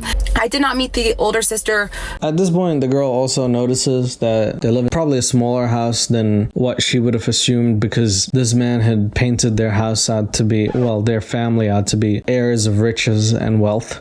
Something that, you know, usually comes with a castle of some sort, and apparently is just a normal home. So she kind of made a note of that, but didn't really say anything. She says she doesn't judge about that. And she also says that the older sister, nobody talked about her somehow for whatever reason. At this point, I'm thinking the older sister, secretly a girlfriend. And I don't mean like it's his sister who's the girlfriend. I think he's like lying and he has another side piece or something. That's been my thinking so far. No one spoke of her. We get ready to travel to Nigeria for my grandmother's burial. And so at this point, we're staying in this hotel. He has like this Rolex box, and he's like, oh, this is one of my Rolexes. I want to show it to you. Now I know it's a day-date presidential watch with a green face. So you got a Shrek watch? That's baller, dude. he ends up telling me this is like a $50,000 watch. And Oh my god, I'm surprised it doesn't cost more. I would pay a couple of onions for a Shrek watch, because they have layers. And I hope the watch does too. I'm sorry, did he say a $50,000 Rolex? Wasn't he about $50,000 short for his tax thing? I had to borrow money from some friends. He gave $250,000 to Mario, but he had watches just sitting there. Something fishy. Okay, that's a bit weird. And he's like, I'm bringing it to Nigeria. I'm like, you cannot bring a $50,000 watch to Nigeria. And he's like, yeah, I can. And I'm like, this does not make sense. And he said, no, like, this is a special occasion. Like, I want to bring it out for this. So they're going to Nigeria. If you guys can remember, it's because her grandma died, and he puts the watch on. He's like, I want to wear this watch. And she said, why? And he's like, it's a special occasion. Your grandma died. I want to remind everyone how much time she doesn't have left on this earth. How is that an occasion where you're like, yes, finally I get to steeze out? All these Nigerian people are going to be like, you see this? This is Rolex money. Yeah. You couldn't even touch this, okay? Grandma can't touch this because she's dead. We hop on a flight to go to Nigeria and meet my Of course you do. Sorry, I almost forgot. Yes, you do. family for my grandmother's burial. Keep in mind, he had paid for all the hotels, everything in Denmark, and he paid for all the hotels and flights for Nigeria. And so the debt is settled then, right? I mean, I know it's not 18K worth of debt, but it surely is worth something. Flights and hotels are not cheap, and you're paying for them in 2 different countries. And these are long haul flights, mind you. So of all this money that you say that, you know, he owes you, he's still paying for a lot of things, man. Anyway, I guess they get to Nigeria, and she finally gets to see him in an environment that is very true to home. How will he act? we hop on a plane, go to Nigeria. I'm super nervous because I just don't know what to expect and how he's going to react. I felt like I fell deeper in love with him, watching him just immerse himself in my culture and be there for my family while we put my grandmother to rest. And it was just a really amazing, beautiful trip. Honestly, Not the words I would have used if my grandma died. It was just a great trip. I was so happy. You know, I felt at peace, just like my grandma laying there. You know, at some point he got a little bit drunk, forgot that she was dead, thought she was sleeping. He tried to wake her up. That was a fun moment for everyone. Oh, it was a good trip, man. I love that guy. honestly, there was nothing crazy that happened. Except your grandma dying. You know what I mean? Burying her. All right, cool, whatever. And he tells me while we're in Nigeria that the law firm has settled the issue with his taxes, and they're filing a document for the accounting firm to pay out a settlement, and it'll be paid out soon, and then he'll be able to transfer me the money that I'm owed. And so I'm like, oh, I'm breathing deeply. He said, my realtor just reached out to me and said there's a very wealthy family that is interested in purchasing this apartment complex. So things are starting to look good. After grandma died, the curse was lifted. I think she was the issue. His taxes are settled, and all of a sudden a wealthy buyer is trying to buy his home. I thought he already bought a house, but I think they're talking about the other, because he had like 3 apartment complexes. So a really wealthy family is trying to buy it. But they have a caveat. They have their own rules that they want everyone to follow. And I was like, oh my gosh, this is the best news in the world. And he said, there is one caveat. Part 11. There's one caveat. They have like their own contract drafted up that basically requires the buyer and the seller to put money into escrow, so that if the seller changes their mind of selling the house, they get liquidated damages. Basically, You heard right, folks. This is a new kind of contract. You're trying to sell the house to get money, and you have to put in some money to get that money out. It's called a scam contract. Straight from Nigeria, but done by a Danish man. The irony is impenetrable. Apparently, you have to put in just as much money as the people put in a mortgage, and if you can match it, then they get the house, I guess. You get to keep your money, and they get the house. That's a very nice deal. I very much think that is not the stupidest thing on earth. I'm glad that this conversation exists. they make sure the deal goes through. Yes, sir. I have never experienced anything like this in my real estate. Because it's not a thing. You know what I mean? It's not a thing. It doesn't happen. But, you know, it's not a thing. And so I remember being like, how much is it going to be? And he's like, oh, it's going to be like $120,000. I remember just like being like, well, we don't have this money. Like, there's no way we can. Can you imagine trying to sell a house for money and they're like, if you don't have the money, you can't get this money? That is literally the scam thing, right? Is that not the scam thing? Is a Nigerian person call up like, I have the $5,000. You have to put in 10,000 and I give you 5 million. And it's like, oh, okay, that's a weird math. Why am I putting in money to get money back? I don't get that. This dude has to put in money on a mortgage that someone else is paying. That's crazy. Brother, I don't understand how she can just, she's a real estate agent. You're failing your job, sir. Ma'am, sorry. Like, there's no way we can make this work. He said, I'm going to be able to come up with a loan, get a loan from a bank. I've already called them. He has to get a loan to pay for them to pay so he can pay off the loan. Home Alone. Home Alone. I wish I was home alone. Damn. I don't want to be home with her. I can get a loan from them for like $100,000. So we're just going to be short enough. You know, they ask you about what the money's for. It's not like they just give it to you. If you go to a bank and you're like, I need the money to pay a mortgage, they're like, oh yeah, on a house you're buying? No, on a house I'm selling. Sir, are you smoking crack? That's not how loans are given. You understand that you don't have to pay to sell a house. Yes, but in this specific circumstance, these really rich people, they want me to pay so they can pay. You know what I mean? No, sir, get out of my bank. Another amount. And at this point, my accounts are dwindling. Let me just say, my ex, if he wasn't such a narcissistic psychopath, he'd be such a great actor. I don't see the narcissism and psychopathy at the moment, I gotta say. This man seems like a guy who needs money from time to time. I don't know where the narcissism comes from yet. I don't know where the psychopath comes from yet. I'm hoping that I will see some of that. But right now she's teasing the Joker, but showing me whatever his name is. Arthur Fleck, I guess. Because the way he sold this stuff to me, he said that he was going to take his watches to a store to see if he could get it sold within 24 hours. Obviously, that might be kind of difficult. And so at this point, he's like, how much money do you have? And I was like, I really don't have a whole lot of money to give you. Hold up. Why don't he just give them the watches as collateral? If you just give them that, they can keep onto it until they pay off the thing. And once it goes through, you can get your watches back. Problem solved. Give me the watch. I really want one. So I remember I gave him like a small amount, maybe like $3,000. So the deal goes through. It says it's going to close in 6 weeks. And so this girl said a small amount followed by the word 3,000. You dealing in rupees or something? It says 3,000 American dollars. Small amount. Okay, Drake. That's a lot of money on that, man. She up to $21,000 she gave this man. And this man is still trying to sell some houses. He's trying to help his plumbing friends. He's got like thousands of watches that are worth way too much money. There's a lot going on with this fellow. 6 weeks. And so he said, we should take a trip to celebrate. And I'm like, we don't have any money.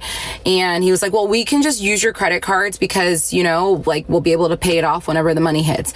And this is probably one of the most like idiotic decisions I made. Y'all don't have to tell me this is stupid. I'm still gonna do it. Credit card? Seriously? After all this $21,000 you given him? Credit card? Really? Okay. At what point is this gonna be an episode of you did this to yourself? You know what I mean? Like I'm trying really hard to not like him, but the more that she talks, the more I'm like, oh, this is kind of her fault too. I'm fully aware, but we ended up going to Portugal for a week. Of course you did. Why the fuck wouldn't you go to Portugal? That makes complete sense. I have to pay someone $120,000 so they can pay me, so I'm gonna take a trip to Portugal, the place where my dreams stay dreams. Yeah, sure, that makes sense. Why not? And we used my credit cards the majority of this trip. Keep in mind, he is working as chief commercial officer for this tech company, and that was 100% real. And he was making about $400,000 a year. Again, 100% real. He was able to pay a little bit of the... So she says something like that, like he's making $400,000 a year. And she said that's completely real. She's verifying, even at the end of the story, she's like 100% true. And then I'm just like wondering how he's having money problems. How can you make that amount of money and have money troubles?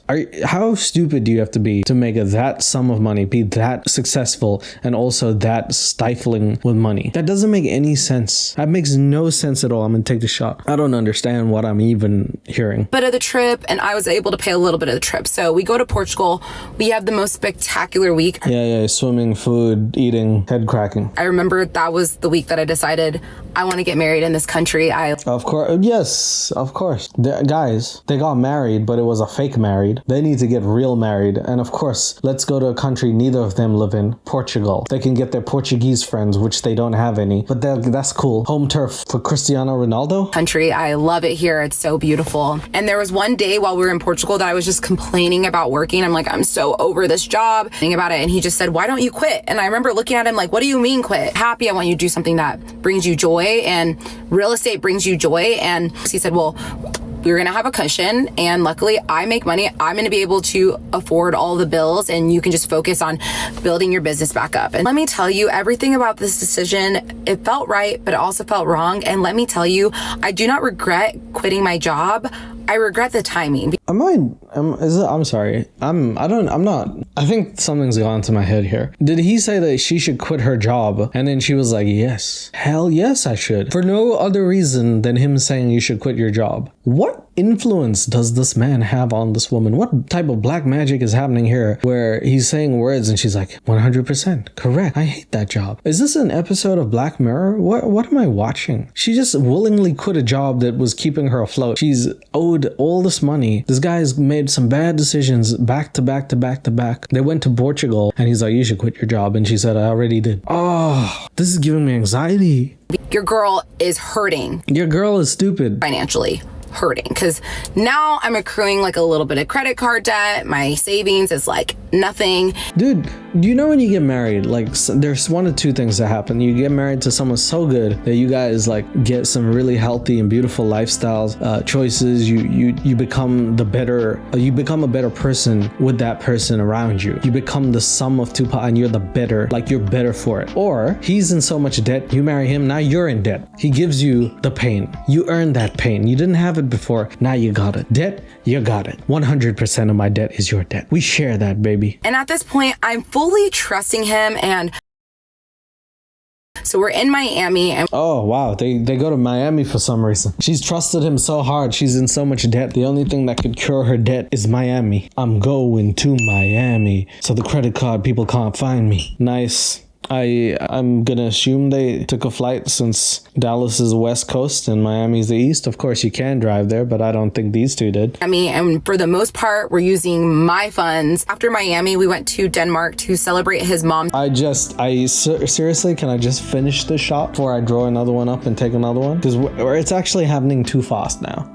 Okay, so they're done with Miami. Now they're in Denmark. That's cool. Spent a couple days in Miami, took another flight. Catch flights, not feelings, as they say. I mean, chalk one up. That's 15 flights if anybody's been counting. Not including the ones they've been talking about and they would have done if they didn't accrue so much debt. His mom's 70th birthday. And this is when I meet like his entire extended family. And I meet the older sister, and she's there. At this point, she's pregnant with her second child. She's there with her first child. I meet her, and she is just such a nice, kind, wonderful human. And I just can't picture her being this evil, crazy woman that beats his mom. The hell plot point was that? At no point in this whole however many hour thing does she ever mention that before this point. I had no idea. I forgot that was even there. That seems like a thing that needs to be brought up, but she just dropped that like it was a herd or something. Are you kidding me? Who? Okay, that's crazy to say. Apparently that's what this girl does. I've never heard about it before or since. It never comes up in the story again. I don't even know why it would be a thing, but it happened. That happened. We're on part 12. We're almost halfway, guys. The day of his meeting with the IRS, I remember I was a big ball of nerves. Like I couldn't even sleep that night. I wake up and I call him. I go, how did it go? He goes, worse than I possibly could have imagined. So they have put a hold on my assets for the next couple months while they continue to investigate. And there's another hearing scheduled for my personal account in October. That's crazy, man. They froze his bank account like a layer of ice that the people of Denmark might have to survive on a cold winter. It's a little poetry I did because I drank 15 shots, man. So basically they froze his assets and told him that he only had like a specific amount of allowance that he was able to use from his money every single month. So the last thing I want to— Oh my god, they're treating him like parents. They're like his parents now. They're like, here's your little allowance to me. You can only spend this money on Rolex watches. That's our money from now on, okay? They seized his assets. He still has a personal bank account, but that presumably has no money in it for some reason. Who knows? I'm not the Danish police, okay? I just like Danishes. The thing I want to do is just ramble about shit that does not matter. So I'm going to be honest with you guys. Not a whole lot happened between September of 2023 and November of 2023. To be honest, girly, nothing happened from the start of the story till now. I gotta be honest with you. Besides the revelation you just dropped where the sister was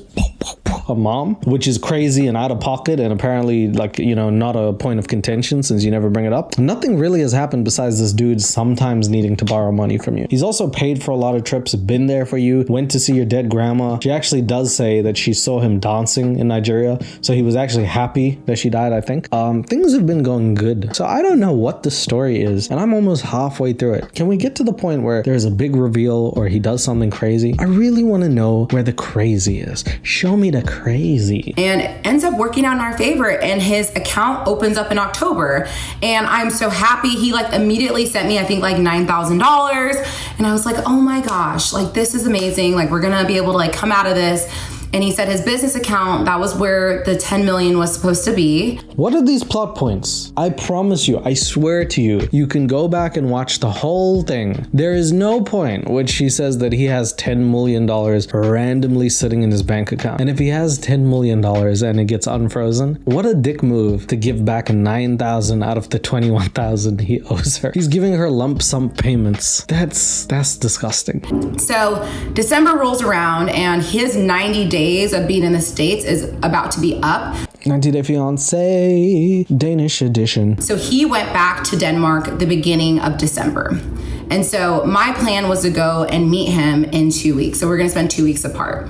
And so he's in Denmark for about a week, and he sends me a message and he says, my dad's back in the hospital. And I was like, no, European Christmas. And I was so excited for their Christmas markets and all the things. But obviously that's not. He sends me a message. He says, my dad's in hospital. I'm like, no. He's like, damn, I didn't know you're really taking this hard. And she's like, I can't go to the Christmas markets. Your stupid dad is in hospital. I have to spend time there. I can't buy any Christmas things there. He's not an ornament, although he looks like one the way he doesn't move. Obviously, that's not the most important thing. The most important thing is making sure he's okay. Sure, of course, after the Christmas markets, we know that. And so I moved up my flight. My sister was watching my dog. Oh, she's taking a flight? Oh yeah, of course. She's spending Christmas with the dad who's in hospital in the Christmas markets that are not in hospital. Boop, boop, boop, boop, boop. 16 shots for 16leo. I love it. And I leave. And at this point, the plan is for me to be gone for now 3 weeks. I was originally going to be gone for 2 weeks. Now it's 3 weeks. Originally, the plan was my ex said that he really wanted to go stay at this hotel called Hotel d'Angleterre in Copenhagen. Yeah, Hotel Dangle These Nuts. Heard about it. What is it? Hotel Dane Leclerc? In Copenhagen. Before I'm flying out to Denmark to go see him, he tells me that he just got charged this huge insurance payment for his 2 apartments. Obviously, he sold the apartment complex, but his 2 singular apartments that are rented out, he got hit with an insurance payment, and basically it wiped out like everything he had. Is that how insurance works? They just hit you with payments? They just smack you over the face with payments? They're like, yes, I see you haven't insured your house all of a sudden. We're taking that money. Well, yes, I know it's frozen, but the only people above the IRS is the insurance people, so we're taking that money. Thank you very much, sir. Everyone's fighting for his money. He's done nothing with his houses. He's super irresponsible with houses. He's setting fires there. He has plumbers there. He doesn't have electricity. He hasn't paid insurance. He hasn't paid taxes. He got nothing. He's paid nothing. He hasn't paid attention. I'm just like sensing that a lot of this stuff is just bullshit. Okay, 33 minutes into this plot, she's now starting, her spidey sensors are tingling finally. Finally, she woke up. Good, glad you're with us. But I also am just like, it's the holidays, his dad's in the hospital. We're going to the hospital like 2 times, sometimes 3 times a day. And then the dad comes home and like, obviously he's super weak and we're like helping him around. But regardless, we had a wonderful Christmas. And I love how she's so positive when people are either in the hospital or in a casket. Like, those are the moments where she shines the brightest. As soon as she knows someone is frail or in jail or possibly 6 feet under, she's like, this has been a beautiful trip. Sensational. My favorite part is when he fell over and farted. That was hilarious. I love that old man. I think if I push him, he will turn into dust. So I'm not going to do that. He's fun. And the house, my ex had told me, I really don't want to go out tonight. Like, I just want to go to this party and then come home. And I said, that's totally fine. And so, and his best friend tells me, he goes, you guys should come out tonight. Like, please come out. And I was like, honestly, I'm down to go out, but my ex doesn't want to go out. And then his best friend looks at me, he goes, oh, he probably doesn't want to run into any of his enemies from his past gambling addiction. So we end part 12 with the biggest actual revelation, which he forgot to say, was that he does have a gambling addiction. This man is a gambler. He's looked the Drake steak ads and he said, I want a part of that. He's been gambling. That is the problem with him. And so immediately I'm like, can you go inside the house and get him? So he gets my ex walks out, he goes, what's wrong, babe? And I said, do you have a fucking gambling addiction? I remember I screamed it in his face. I did not even care. Nice. That's a good way to treat someone with an addiction. Scream at their face. If they had like a drug addiction, would you do that? You just start screaming in their face, shaking them up and down. Where is it? Where is it? It's up my nose. Put it back down. Do this. Do that. Maybe a crazy accusatory thing to randomly start shouting, around Christmas time. I mean, I did, but it was like 10 years ago. I was young, I was dumb, I was stupid. You're in the wrong, you lied, you have an addiction, and you didn't tell your wife, and you're the problem. So you're the problem. Damn, that's a tough thing to hear. Like, having an addiction 10 years ago, clearing it, being like pretty good, so to speak, and then she's like, you're a liar, you're the problem. That's a crazy thing to hear on Christmas Eve, or whatever the hell it is. Very, very tough words coming from lady over here. So maybe it's because I'm brainwashed at this point, but I end up deciding to believe him. I also asked to see his bank statements and everything checked out. And so I let it go. I'm sorry. Okay, so she screamed at him. She said that she got brainwashed. She said that he's the problem. She checked for proof, even though she said she believed him, and then believed him again, and is now completely fine with it. It seems like in the space of a minute, she had about 10 emotions, and then chose to say the words, you're the problem. Now, I'm not saying gambling is good. It is horrible and is a disgusting addiction. I've known people who have that addiction. It is very hard to quit. I see how hard it is for some people. It's not easy. It's not as easy as just turning off a switch. It might not be as easy for you and me.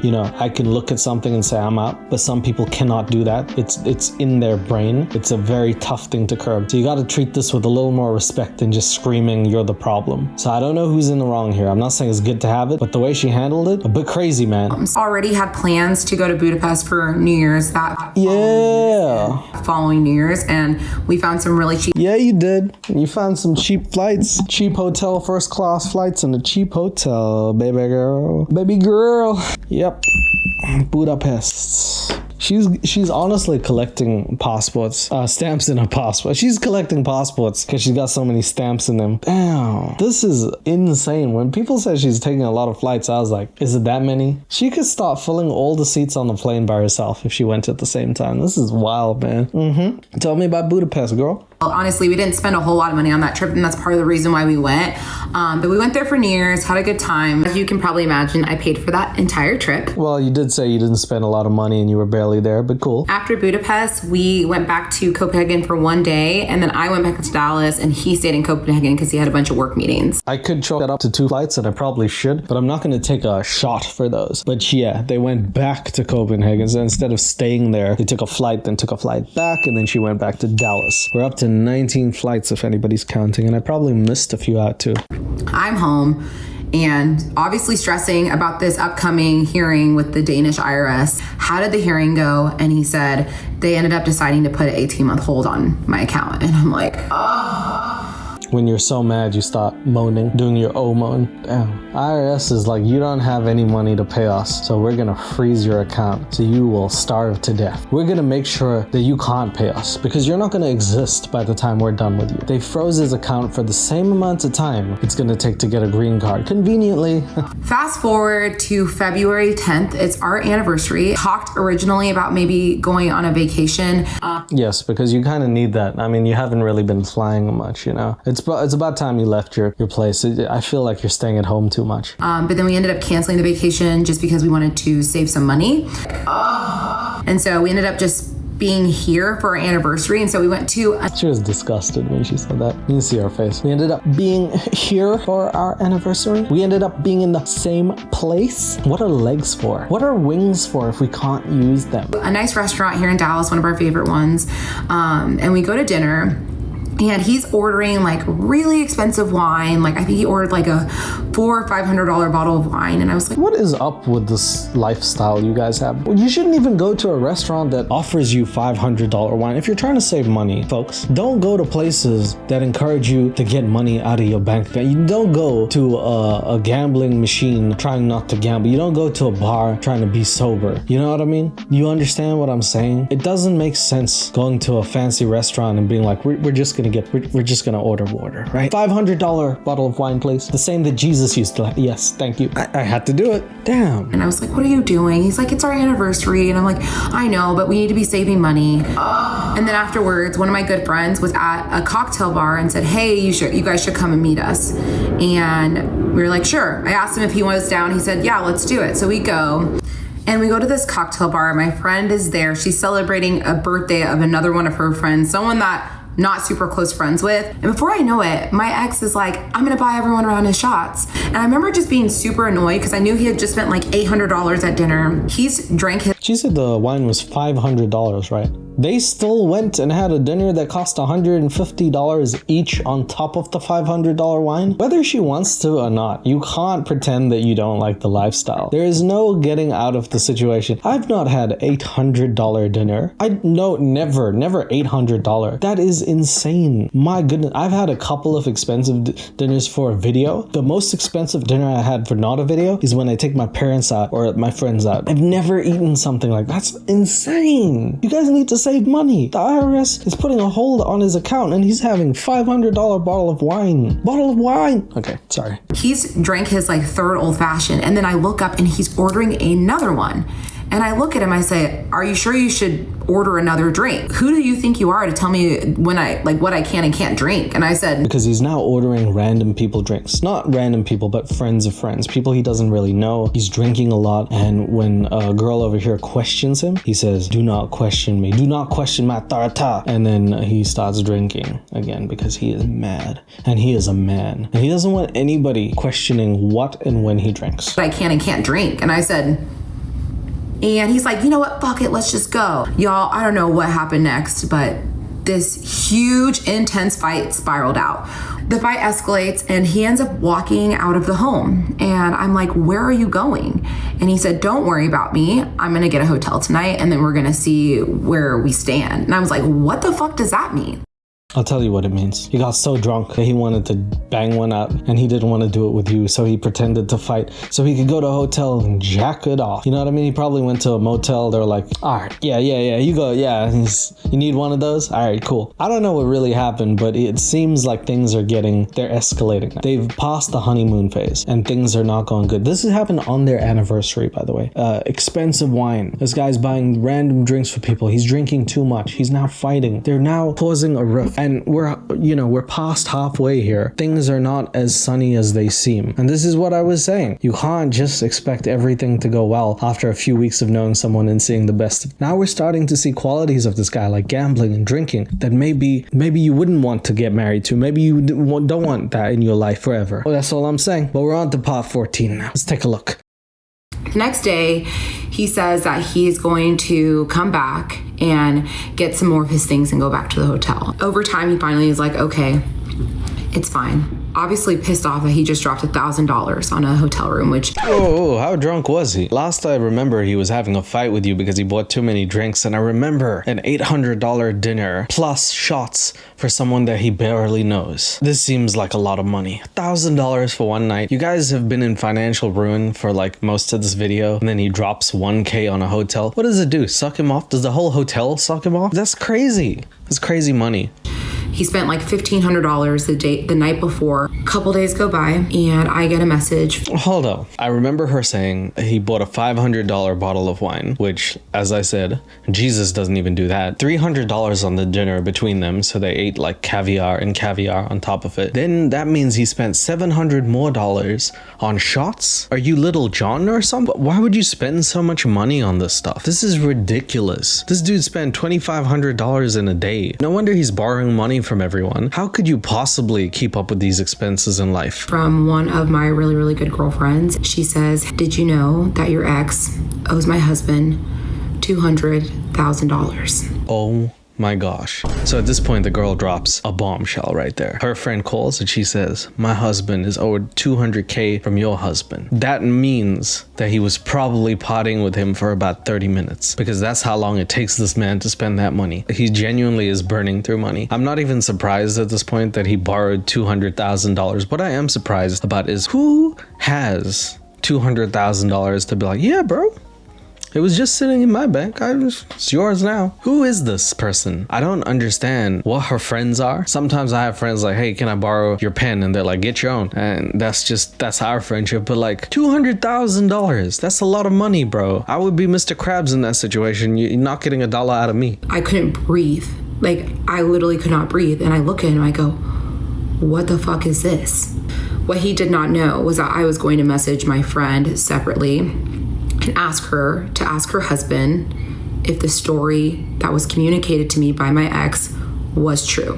Okay, it's obviously not going to be true, because there's nobody in a situation where you're forced to explain what happened to $200,000 that's going to be like, oh, yeah, here's a detail minute by minute of how I ruined our lives. Obviously, he's going to lie. This actually brings me to my next segment. This girl gives him more chances than a referee who's been paid off at a soccer game. That back to you.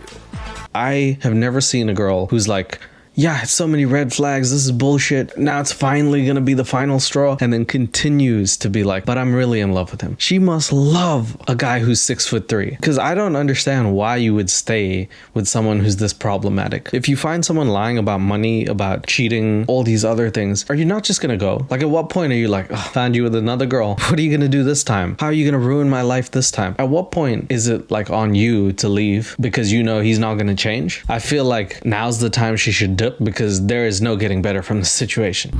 So I asked her, and she responds to me, no, this is not correct. For purposes of this playlist and series, I'm going to refer to these individuals as Crypto and Crypto's wife. Crypto and Crypto Night, right? Wouldn't that be better? Crypto Day, Crypto Night, something like that. Superman, Crypto Night. It's a bit harder to refer to them like, because when you're actually talking about crypto, which she does, then I don't know if she's talking about crypto or crypto. Do you see what I mean?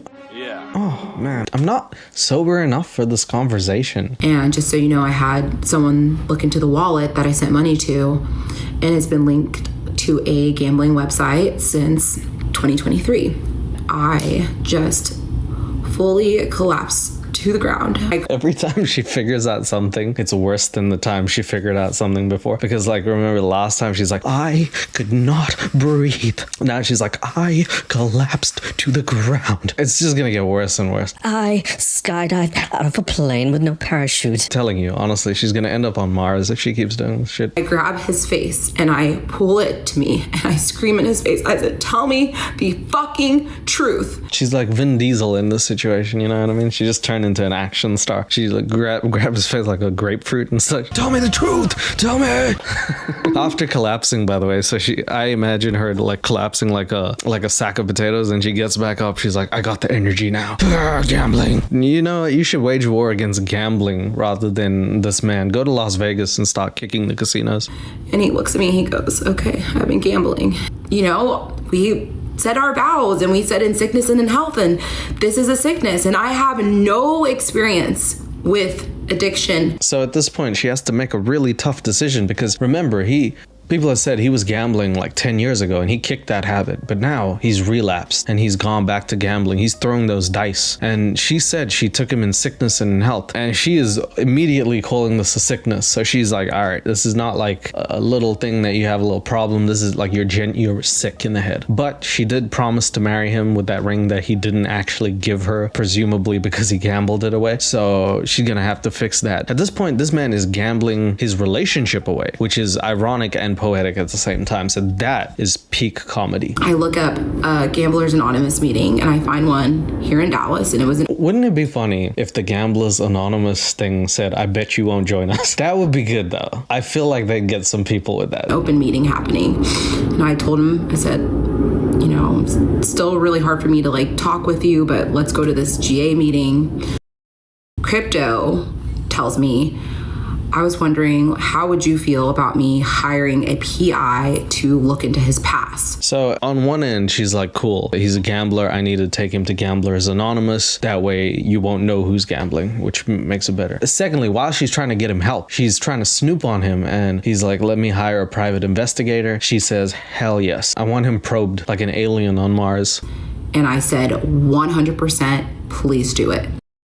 So instead of asking him things, she will willingly go behind his back, hire a private investigator because their communication is not at the level where they can actually talk openly to each other, even having hard conversations. I feel like, and maybe this is a stretch, if you have to hire a private investigator for anything to do with your marriage, that ship has sailed, really. I don't know if that can come back into the ocean. That's not docking anytime soon. There's no happy ending. It's not like you hire the private investigator. He's like, man, I investigated your husband and he is a good guy. I'll see you. Was that ever happened? Ever? Part 15, by the way. I am giving you guys majority of bad.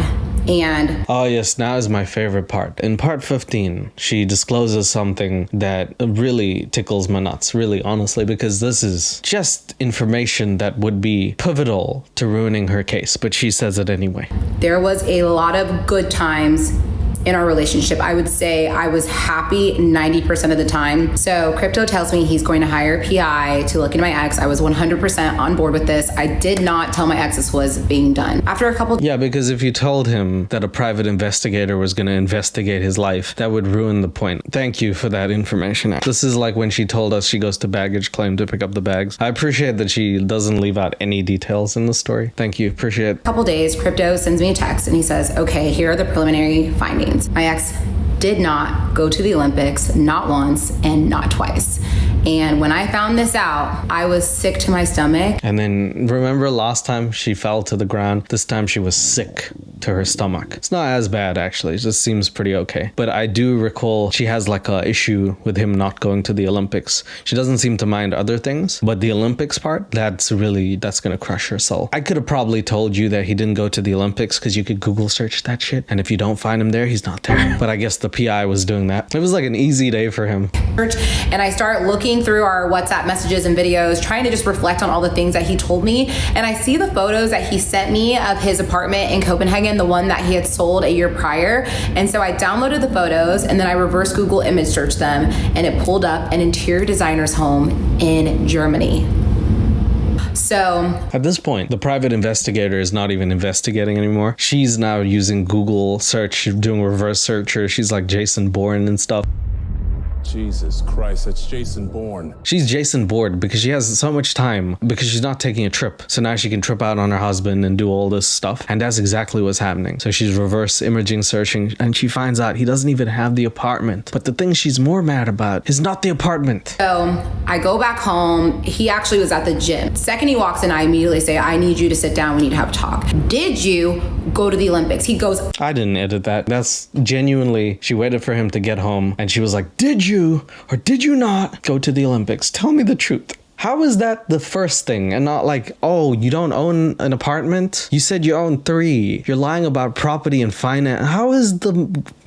Clearly she told someone something. She's like, yeah, I'm fucking an Olympian. You can check that up. You can look that up. Yeah, what do you, who? Your ex is trash. My ex is an Olympian. Then she had to go back. She was like, fuck. All right, he's not. Okay, bye. That was probably what that was. I went to the Olympics. So I say, okay. And he goes, okay, I didn't go to the Olympics. And I just remember just sitting there and just being like, on top of that, you also lied about the apartment that you were living in. Yes, that's the cherry on the cake there. That's the little, I don't know, she doesn't really care about that part. She would rather he be an Olympian living in a cardboard box than a normal guy living in like penthouse apartment. She's like, yeah, a bit too normal for me. I like my gold medal handball winners. I like to put my hands on balls, if you know what I mean, but only for Olympians. At this point, I like don't know where we go from here, but I'm still so in love with this man. I can't picture a life without him, despite everything that he's put me through. So he's lied about his Olympic medals, which is a very weird thing to lie about, by the way. It's not like one of those, oops, forgot there's a white lie. That's like a contrived lie, which holds lots of bigger problems. So you want to probably get that checked out. He lied about an apartment and then conceivably lying about money therein. I know you're in love with him and his 6'3" frame and beautiful blue eyes, but maybe if you could look past that for half a second, you could see this is not going to end well. You know what I mean? It's like you seeing a train and then seeing there's no tracks and you're like, I'm just going to enjoy the ride. You can see that things are not going to go well. With the challenges that we had already gone through, I felt like we were invincible. Like we could overcome anything. Literally, you're not overcoming things though. Like that's the problem, is you're actually finding out things are getting worse. I don't know how this means you're invincible. This is genuinely the most not invincible you have ever been at this point in your life. Okay, this is some crazy optimism, bro. I communicated to him. I said, listen, things have got to change or you're gonna lose me. I went over to him and hugged him and we both just like cried together for like an hour, and it felt like the breakthrough I had been waiting for our entire relationship. Because you gonna take any more flights? I think I need the drink now. That's the breakthrough that she finally had. She was like, No more lying about Olympics, okay? I can't keep telling my girls lies. No more lying about houses.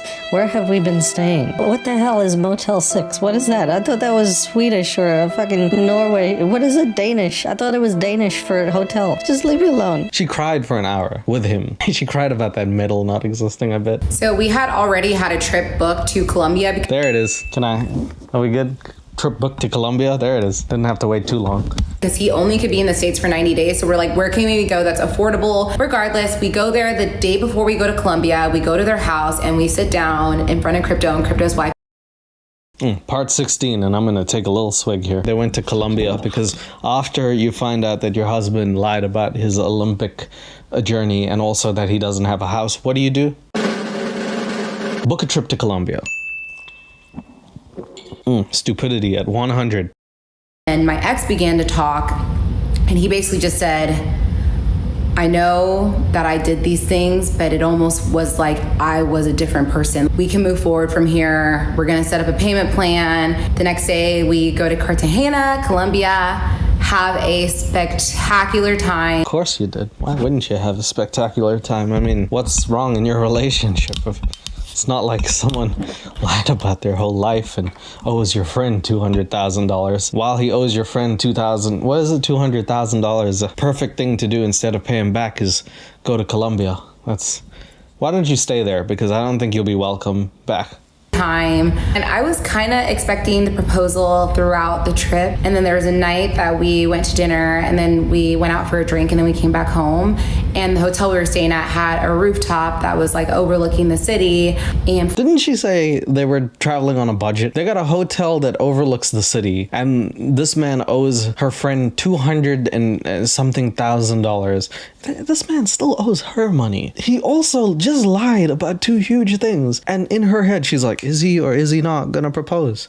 I thought they were already married. What? How many times does this bitch need to be married till she puts it in her head? Is it the third time's a charm or some shit like that? What? And before I know it, I look down and he's down on one knee and he tells me, I know this isn't your dream proposal. That's what he said last time because he didn't have a fucking ring. Oh my god. Are we doing this again? Is this seriously happening? Holy shit balls. And I'll spend the rest of my life trying to be the man that you deserve. He's gonna spend the rest of his life trying to pay your friend back, okay? That's all he's gonna do. Stop. Don't accumulate his debt again. You deserve. It really did feel like the happiest moment of my life, and the yes was so easy. There was not a doubt in my mind. He traveled to... There should have been like at least 70% doubt in your mind. I think this woman got lobotomized at some point. I'm not sure what happened to her. She went on The Bachelor. She was like, this is all men. I like this. She just seems like a little like simple Jack or something. She just sees a man. She's like, okay. I don't know what to say, man. I can't believe this comes days after you found out you had a private investigator tail him and your relationship is at that point. And now you're married. Yo, that's messed up. To Panama for my 30th birthday. Of course, yeah. Fuck that shit. Where? Panama, huh? Panama. Let me take a shot for that, baby. Panama. Okay. Oh yeah, sorry, his dad died. Remember his dad who got poisoned, presumably, because this man poisoned his own dad? I don't know. His dad just passed away. Rest in peace to scammer dad. You know what? It's actually better he died. I'm sorry, I'm just gonna... He owed them $12 million. I think at that point, you might as well go to heaven. I don't know what you owe God, but it's not 12 mil. And his mom calls him and we're on FaceTime and she's just bawling her eyes out. And I saw like one tear come from his eye. We tried our best to have a good time on the trip, but it was just like, we were sad every day. And there was one night that my ex got really bad food poisoning. We had to get a doctor into the room to give him an IV. This man, any given point on the story, is like one of these people in the story always gets food poisoning. Last time it was the dad, then he died. Rest in peace. Now this guy got food poisoning, probably in like memoriam of his dad. He's like, my dad used to get this. And then she got food poisoning at the start. So like there's just a family of food poisoning people. Somebody can't cook in this family, clearly. I don't know who it is. And then she also said the dude shed a tear. Now I don't know if it's because of the food or the dad. I'm actually not sure. And I wanted to make something very clear. He paid for everything for that trip to Panama. So like flight, hotel, and all the meals for everyone, including me and the girls that were on the trip. All right. Okay. So I'm trying to put all the pieces together, right? He's a gambling addict. He owes a lot of money to some people. He also has owed her 21K. He has paid at least 9 of it back. But if I'm really counting, this man paid for her to go to Panama, plus her sisters and friends, and paid for everyone plus their hotels. And he took them to Nigeria, and he did some other stuff, and he's paying for friends' drinks. I think this dude is actually closer to even than I'd like to admit. She definitely did lend him money, but if he paid half of it back, plus all of these flights for her and her family, I don't know how much of a Danish deception this is. This is just like Danish denial, more like, you know what I mean? Like, it's not really, doesn't sound like he's really doing a lot of bad things. He has some arbitrary lies. I'm not gonna front there, but I mean, this guy he seems like just a gambler, you know? So we go back to Dallas for one day and then we head to Denmark and... Yep, cool. That counts as a flight. Yeah, Dallas and Denmark, yes. It's another one. My God. You'd think by now she'd mention something about the air points or anything, but she doesn't. No, she's just like, yeah, it's the normal people. We fly every day. That's 22 flights in the span of, I think it's been 2 years. Oh, man. I don't know what would make me fly 22 times. I'd have to be on a world tour. Okay, I'm not even using the cups anymore. No point. And it was so nice being there for his family. It was so emotional. And so I'm back home in Dallas for maybe like a couple days. And I get an email from immigration saying that I have a notification. So part 16 ends with her going to be there for her man's family. She also mentions that it was very nice. I don't understand why she keeps thinking when people die that it's like a pretty nice, I don't know if that's the correct word ever to use, but she has now mentioned that a couple of times when someone has passed away. So that's weird. We're now at part 17. We're getting to the meat of it, guys. Okay, so I get a notification from immigration, log into my account, and long and behold, the petition was approved. After a couple of weeks, he comes back to Dallas. And that's a flight. This man just got his green card. Things are looking good. It's the only person to go from Europe to America and be happy about it. Cool. But he's done what lots of people on 90 Day Fiancé couldn't, stay in America willingly. That's very good for him. Things are looking good, but he's coming down to Dallas now. Let's see what happens. And he comes with his mom this time. This is her first time in the United States. Just spent the week exploring exploring Dallas, and then we had gone to Key West for about 5 days. We did. I didn't even take a sip. She said Key West. I was like, that's not in Dallas. Key West, Miami, Florida. Key West? Really? Really? The mom comes down for the first time to America. She's like, well, your mom can't come to Dallas. I live there. Road trip, except flying. Damn, this girl flies. She flies more than a pelican. God damn. We did Miami and Key West with his mom, and I will say a lot of that trip was paid for by his mom. She wanted to cover a lot of it, which was just so sweet. Like, I remember I paid for the flights, and then he paid for a bunch of stuff while we got there, but she paid for most of the hotel. So his mom leaves after having a great trip, and at this point, I'm still like waiting for these transfers, but he basically says that he can't send me any more money until August timeframe. So he tells me that he makes a big transfer to Chase, and that he is waiting for that to hit.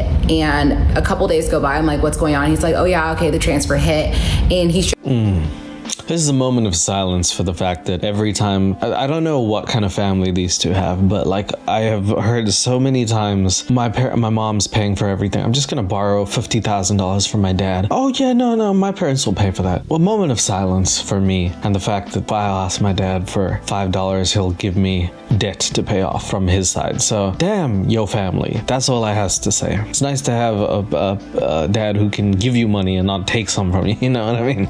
Anyway, sorry, my bad. That had nothing to do with him. This man is now going to Chase Bank and he's transferring the money that she's still thinking about, even though he's paid for a lot of things by now. But she wants that extra 10K. She wants that 10K back, the return, the ROI. And he says he's giving it to Chase Bank, but she has to chase it up. He shows me an email from Chase, and it said, like, we need to verify your identity. And he's like, oh, Chase is asking for this verification, and because I haven't done this verification, my account's locked. I'm like, okay, stop bullshitting. I know Chase. I go to Chase. I've been banking at Chase for a long time, and I felt like he was bullshitting. So we go to Indirectly, this is the funniest statement ever, to never bank with Chase, ever. This is so funny because the dude's like, yeah, well, you need a 2-step verification. She's like, I bank with Chase. You don't even need a 1-step verification. I just come into the bank and I'm like, it's me, and they give me money. They don't have any security at Chase Bank. There is nothing there. The security guard is a fucking scarecrow. This is not a thing. What a funny way to throw your bank under the bus by mistake. That's hilarious. go to Chase. He gets out of the car, and I start to get out of the car. He's like, oh, I'm just gonna be in and out, babe. You can just wait in the car. And I'm like, red flag. And you know what? I let him do his thing. I let him go inside. I'm like, okay, let's see what he comes back with. And he's like, here's like $1,000. I go, at this point, he told me he was gonna send me like 5,000. These are such weird, arbitrary things. So he did go to the bank. She said she's like red flag, and then she lets him go to the bank because she's so warped. She's like, I'm gonna see what happens. You already know it's not gonna go well. He comes back, but instead of having no money, he actually does give her $1,000. It's not like he's not doing it. He is still doing it, just in smaller amounts than what he said. It's these weird, arbitrary lies, and the fact that she fuels them being like, yes, I'm gonna see how bad he messes this up. We're gonna watch. Oh, he gave me only 1,000? Well, he should give me 2. It's not even that bad, is all I'm saying. It's such orange flags, if anything. And so I'm like, what's going on? Are you lying? He was like, no, I'm not lying. I was like, well, I'm tired of carrying this relationship on my back. Couple of weeks after they got married. Hunchback of fucking Notre Dame over here. So pulling these words out after saying yes, saying that they were invincible, crying on the floor with him. She said 100% yes. He makes her 90% happy no matter what. But she's carrying this relation. Okay, cool. This is when I start really standing up for myself and telling him that I'm just done with the bullshit.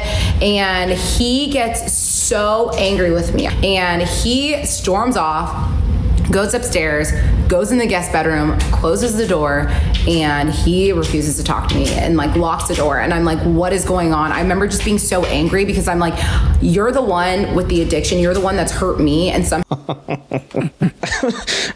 I started this whole thing being like, oh, this poor girl, she's gonna tell me a story about how this man lied to her, cheated, performed vasectomies on himself. I don't know. He did crazy things, right? Come to find out, I'm on part 17 and I'm kind of in the middle still. example. How is this happening? Where I'm kind of like, you do get annoying. Like she said, in sickness and in health. She used the gambling thing. She was like, oh, he needs help. When it comes time, she's like, you have an addiction, not me. You're the gambler. How can you do both things? You can't be that shitty to someone when it depends on a fight. Like, you should be consistent with these things. If you think that he's a gambler and needs help, you should stay with that. If you think he's a gambler and that ruins things for you, you should stick with that. You can't flip-flop, okay? And somehow you're finding a way to put it all on me. Can we please talk? He's like, I don't want to talk to you. It kind of worked out because we have some really good friends that they have cars that they use for Toro that they own, and their car was outside and the keys were right on the counter. And so I was like, you know what? I know the PIN code to his Danish card. I bet it's the same PIN code for his Chase card. All right, let me walk you through what happens here, because I think there's just so much. It's a very dense situation. There are two dense people in this situation. This man locks himself in a room like a teenager. She decides, like a teenager, instead of talking to him, that her friends who left their car at her place, she's gonna use the car. So she's jacking her friend's car in between trying to ruin her relationship. Not only, she couldn't use her own car for some reason. She was like, my friend, he left a car here. I can probably use that. Why not use your own car? Anyway, she takes that car and she commits, I'm sure there's something that is against the law here, but she goes and she fraudulently uses his PIN code to check his bank account and balance. I don't know where I sit on this, but I'm not really sure if you're allowed to do that. That seems like something you shouldn't be like just blurting out, but she seems to be proud of this. This is like her greatest work. And so what I did was I grabbed the key to the car, my friend's car, and I like kind of sneakily snuck out of the house, went to Chase, and I put his card in, I put in the PIN code. And once again, Chase Bank, fantastic. Chase Bank will let anybody steal your card, especially if it's your wife who hates you. Good work. Chase Bank, a bank that I will never bank at from now on, thanks to her. So if Chase Bank employees are watching this, probably should get a hold of her and tell her to stop saying things. But anyway, she checks the bank account and it has a whopping balance of 32 cents. Pretty ridiculous. Although he does have a Danish bank account, so I don't know, really. And it was accepted. And I clicked the lovely button that said check balance. And what was in his account? 34 cents. I'm sorry, it was 34 cents. I was off by 2 cents, which is what I've been giving to you this whole video. And I think that both of them are crazy. Part 18, fellas. So the next morning... And she's lost her shirt yet again. It was fun while it lasted, but okay, let's see what happens. I wake up, I look at him, I go, I have something to bring up to you, and you better not lie, and I don't even think you're gonna be able to lie. Has this worked for you? Has this at all ever worked? In the 18 parts of this ridiculous series, has it worked for you? Has he ever been like, yes, I will absolutely not lie. Give me the chance to explain my 34-cent bank account. Also, I just want to go on record and say that he had at least $1,000 if he took it out. It's not like he didn't have the money. He took out some money. Something happened. You're making it sound like he was like broke. He goes, what is it? Then I pull up the phone because I, took a picture of his bank balance. I'm like, this is actually the balance in your bank account. You're a liar. You don't have any money in your... Oh, she's doing that thing, that incriminating thing, the one that like, I'm praying to Jesus, but now you need Jesus because I'm pointing at you. So it's that thing, that incrimination manicure thing. Oh, it's over when you do that. In your account, you're supposed to be the one responsible for bills, and I know you're gambling. Well, listen, I don't want to be around you today until you tell me the truth of what's going on, because at this point I felt like he was gambling and I just didn't want to talk to him. It was a couple days and we're still like getting along, but he can definitely tell that I'm pulling back. How does that work, actually? How did that happen? I thought she was, because last part 17, I fully remember her saying she's gonna stand up for herself. She's done with this BS. Now she's like, I'm gonna pull back. We were having a great time, but deep down he could sense that I'm pulling back. How does that exactly, what kind of half-assed situation is this where she's like, I'm standing up for myself by sitting down and laying in his arms? Because he's 6'3", guys, come on. He was downstairs, I was upstairs. I see his Danish phone on the nightstand, and I'm not ashamed to admit that at this point I had been going through his phone very frequently. Why would you be afraid to admit that? You know what I mean? Like, you already fraudulently checked his bank account. Why not just commit other fucking crimes? I don't know if that's a crime, but my God, this woman has openly spied on this dude, snuck out to check his personal bank account. I mean, it's not a joint account. It's technically illegal. And also just going through his phone willy-nilly. So I'm actually surprised this is not a story about him cheating. This dude, if anything, At least that has never occurred to him. He's just a degenerate gambler. That is it. Honestly, if I was her, I'd be like borderline being like, oh, this is far less incriminating than I thought. You just can't handle your money. So you either help him or let him go. So I open up his phone, go to the Safari page, open up, see the gambling website that's just right in front of my face, and I am just gut-wrenched. And I can see how much money he can gamble and what he's betting on. And I kid you not, first of all, it was $5,000 that he was gambling. And second of all, he was gambling on the most random sports in the most random countries that I'm like, what? Yes, that is the problem. It's countries she hasn't been to. Countries that are third world countries that are not like good hosts to her. So she doesn't know. But that is the problem. She was annoyed that he was betting on random sports with random countries, not the gambling itself. Also, I just want to say, if it is his money, not saying that I condone gambling because I hate it personally, but you know, what's the problem? I know he owes like $200,000 to crypto. That's got to get sorted out. But he pretty much paid her back, right? Like, I mean, in terms of flights and stuff, he's got a little money that he needs to pay her, but it's not that bad, is it? I feel like I'm defending this guy. I don't want to defend him, but like, is it that bad? She seems to be giving him passes for a lot of things. That's all I'm saying. At this point, I'm asking myself, like, how can I still be in love with this man? That's exactly what I want to know. Like, it's been 24 flights, 2 fights, and a lot of other things. I mean, why are you even with this man still? It's pretty easy at this point. It's a clean break. It's not like they're married twice now, but it's not like they have kids or anything. And it's a couple of $1,000s. It's a lot of money, sure, but she lent it to him. And if she just gets that out of the way, I think maybe splitting is the best thing you could do. He caused me this much pain. I told you I watched sports on that website, and I was like,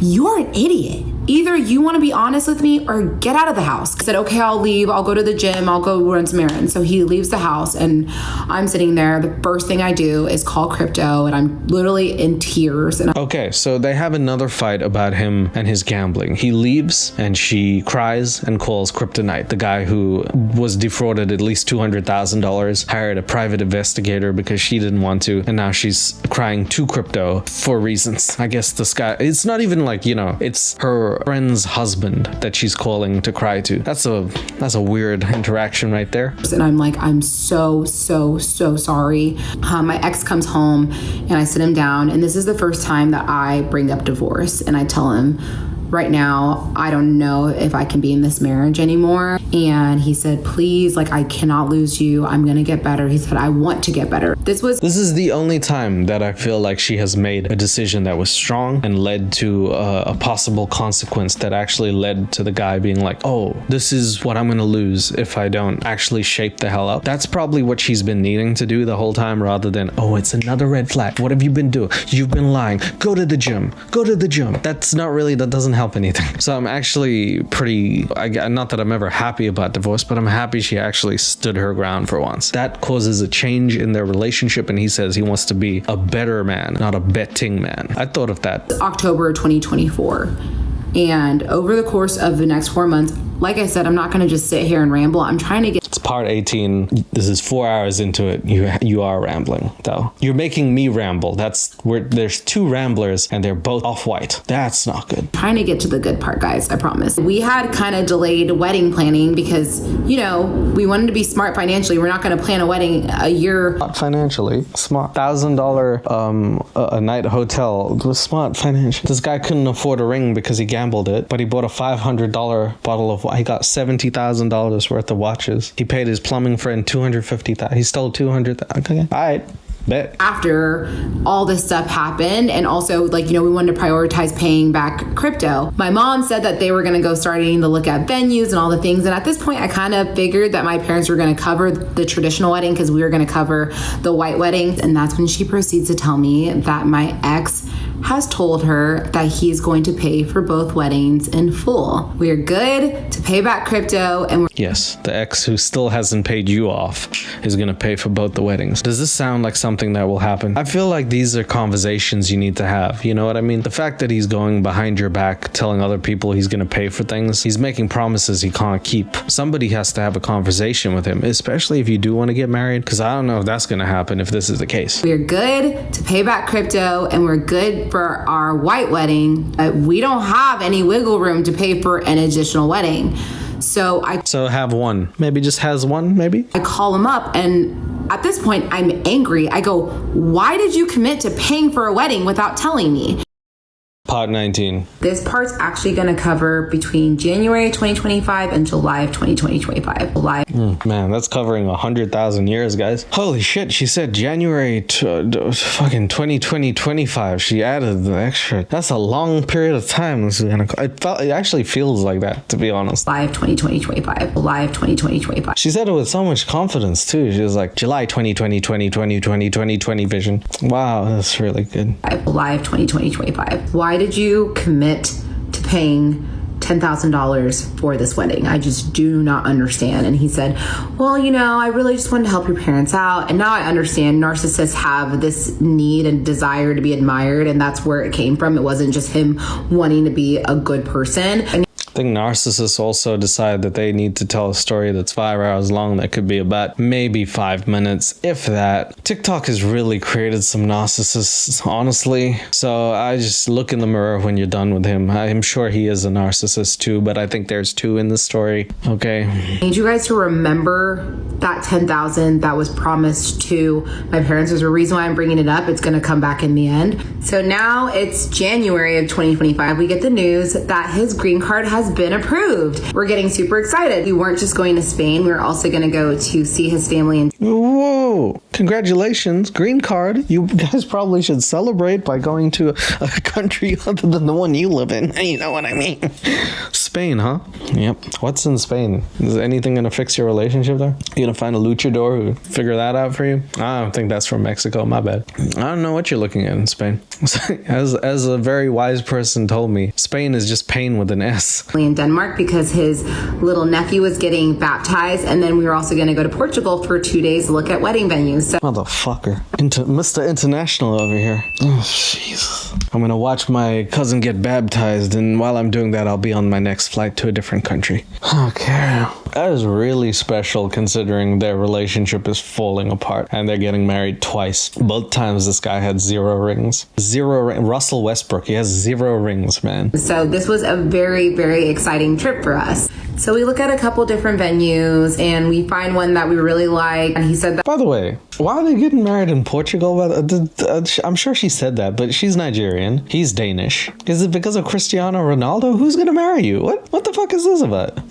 Do people do that? Is that a thing? I haven't been married. I don't know. Can you just pick any country and then all your friends are gonna be like, oh yeah, sure, I'll take my work off and all the money that I have saved to come to your dumbass wedding. Sure. I don't know if I could do that to my friend unless I pay for everyone. That seems weird, man. Because she's also gonna invite those other friends to the other wedding that she's having in a different country. Seems pretty narcissistic. I'm just saying. And he said that his mom was gonna actually pay for it, and I said, hey, that's fine. That works perfectly for me. So we get home, and he said, I just feel like it doesn't make sense for me to have $60,000 to $70,000 worth of watches. So I think. Excuse me, guy's broke. He has 34 cents in his account, but $70,000 worth of watches. Can we make it make sense? Because he can't afford a ring for you. He's staying in expensive hotels. He's broke at Chase Bank, but he also has $70,000 worth of watches. And both of your parents are paying for the wedding. None of y'all are paying for the wedding. Plus, you're taking trips to every country except the ones you live in. What is life for you guys? I think I'm going to sell my watches. In May of 2025, we decided that we wanted to build up his credit score so that we could maybe buy a house. And so I was like, okay, let's add you on this card. And so I looked at the balance one day and it was super high and I was so confused. And I started going through the details and I saw that there was a cash advance. I call him and she, after knowing that he has taken 21,000 of her dollars, after knowing he has taken over $200,000 from her friend's husband, decides, I'm gonna give you my credit card, and is surprised that he's using it. I would bonk her on the head, honestly, with one of those wiffle ball bats or something. Honestly, someone needs to just wake her up and be like, are these the correct decisions? You want to go to Portugal because your relationship sucks? Now you can give him a credit card. What's next? You're gonna buy him a roulette wheel or something? Why? And I'm like, what is this cash advance? And I go, you better tell me the truth immediately. I do not want any bullshit. And he comes out and he tells me, I relapsed again. I've been gambling again. I believe him. I think even he was surprised that instead of you leaving, you're so quick to be like, you better not lie this time, because every single time you lie. I've just never heard of someone giving someone else so many chances while also being like, this is the last time, this is a red flag. How many red flags do you need? You know what I mean? Like, are you a bull? Are you seeing the red flags? Are you missing them? What's happening? What's happening in your head there? And I trust him. And then fast forward to July. Okay, so this made her trust him more. This was actually a good thing. She's like, wow, we're making progress. Now you're not lying about all the money that you're taking from me. That's just what I expected from a handsome 6'3" man like yourself. Okay, let's get back to it. I ended up having a bachelorette party for one of my good friends, Tracy. Cool. So we're on part 19. Finally, things are going good. Tracy's getting married. Woohoo! And we're having a bachelorette party in Dallas. For once, she's not traveling, and I'm happy because I don't know if I can take too many more swigs at this. While I'm at the bachelorette party, I knew the date of the hearing with the Danish IRS for his business account to open up. I knew that was going to be while I was on the bachelorette in the middle of July, and I get a text from him and he says, call me when you can. Part 20. So I'm on this bachelorette trip in the Bahamas, and I'll go fuck myself. As soon as she said bachelorette party, she didn't say for like a few seconds. She wasn't like, we traveled, we took a flight. At this point, I think she's trying to hide the fact that she's been traveling. So that was good. But of course, the Bahamas, where everyone has their bachelorette party, even if they're from America. All right. So as if she can't stay at home, even if she tried. I have never seen someone fly this much to suppress their lack of communicative skills or anything else in their life. It's like home is not good enough for you, so you must travel. It's fun. I mean, traveling is fun, but my goodness, I have never seen someone use their post-COVID life so much. She was like, I am traveling the fuck out of this world as soon as I can. Good for her, except not really. And the good news is that the business account doesn't have 200,000. It actually has 300,000. Beginning of August comes. Okay. So remember that account that they froze, that at some point he owed 300,000 to Danish IRS. Then they froze his account. They gave him allowance. They froze that. Apparently it had 10 million in the account at some point. I don't know where that went. Now she's happy it went from 200 to 300,000. It's an account that keeps fluctuating in money. It's almost like a make-believe account, like how this relationship is at this point. But he has so much money. Surely he can pay her back and the story can end. Beginning of August comes around and he tells me, hey, I just sent the money to your mom. And I said, okay, perfect. Can you please show me the screenshot? And he said, yes. And he showed me the screenshot and it said that the payment was scheduled for August 9th. So August 9th comes around and I asked her, hey, have you received it? And she said, no, I still have not received it. And so I was like, okay, that's weird. A couple of days go by and I'm like, have you received it yet? She said, I still have not received it. So that Saturday, I went wedding dress shopping and didn't receive the payment. It's been days. You'd contact the bank. The bank would say, no, we didn't get a payment. You'd contact your husband and say, hey, you're lying again. Not wedding dress shopping. Not gonna just proceed like this is okay. Even though you know that he's been dealing with this issue and constantly lies about it. We're gonna skip over that. All right, cool. She skipped it like a cutscene. She was like, gambling guy, next time. And my very best friend Rebecca was in town visiting. Ah, yes, unlike her other best friend in the Bahamas who she took to the bachelorette party. Cool. Finally, a friend is coming to her for a change. Remember, the story started with her other friend taking her to Germany, her German friend going somewhere else. She's Mr. Worldwide. So we go wedding dress shopping on a Saturday, and my ex had told me that his mom wanted to pay for the wedding dress, and I was like, are you sure? He said, absolutely. Her birthday was actually the day before I went to go wedding dress shopping. And so he's like, I don't want to call her like on her birthday to ask her for money for your wedding dress, even though she's the one that brought this up and said she wants to pay for it. And I said, it's okay. I'll just pay for the dress. And then whenever your mom sends you the money, you can just send it to me. I'm not sure if this even makes sense to me. Maybe it's because I'm not in the same financial bracket as these worldwide travelers over here. I don't know if I was getting married, if my mom said, I'd like to pay for your wife's dress, I'd be like, no, I will do that. Thank you very much. Or I'll be like, Mom, she can wear a cardboard box. She can't afford one. Something like that, right? There's no way we're gonna do this random, my parents are paying for everything thing. I'm getting married, not them. You know what I mean? This is weird for me. I find that very weird. But anyway, in the midst of their beautiful preparing for marriage, they do the thing that couples in love do, have a big fight. So now maybe the marriage is up in the air yet again. But it's not the only thing up in the air, you know what I mean? And obviously we're fighting. I feel like he Yeah, like how she said, obviously. She's like, yeah, obviously, we're getting married. You know, it's I do question mark. Like, I do? Oh, I don't know. He's lying to me. He's upset that I'm not believing him. And he ends up leaving the house because he's like, I'm going to go to Costco. So while he's in Costco, obviously I'm just spiraling. And this is the moment where it hits me. So they're having another fight. He again leaves the house. Usually he goes to work out and get that energy. You know, he's like, oh, no, more marriage. But now he's going to Costco and he can buy like 10,000 cans of tuna for like $5. In the meantime, she's spiraling yet again, which seems to be a commonplace for her. And at this point, she discovers it finally hits her. Finally. I'm like, what if everything's a lie? There it is. What if he's not 6'3"? My whole life would be ruined. What if those are contact lenses? Oh my God. What if he's an alien? Okay, that's too far. What if he's not white? What do I tell people? That's probably what she's doing. Presumably at home, she's doing that. She's calling Chase Bank. They're like, You can't, this is not a therapy, this is a bank. there's a lot of things going on with her head right now. And so I'm laying in my bed and I start playing with the app Revolut. And I start looking at it and I'm trying to send $10,000 even though I don't have 10K in Revolut to send. So I click schedule payment and I put just whatever date and I see the next page, which is the review page. And that's when I realized that that was the same screen that he showed me and that I sent to my mom. So at this point, my entire body is shaking and he gets... Last time she fell to the ground like a sack of potatoes. This time she's doing one of that. That's what's happening. She can't even figure out what's going on. But she has realized that this man has understood something that caveman couldn't. Taking screenshots. Somehow that has fooled her. The subtle art of taking a fucking screenshot has fooled her for years in this marriage, by the way, because it's been going on now for a while. Simple screenshots. Apple, they make it easy for you. You want to fool your wife?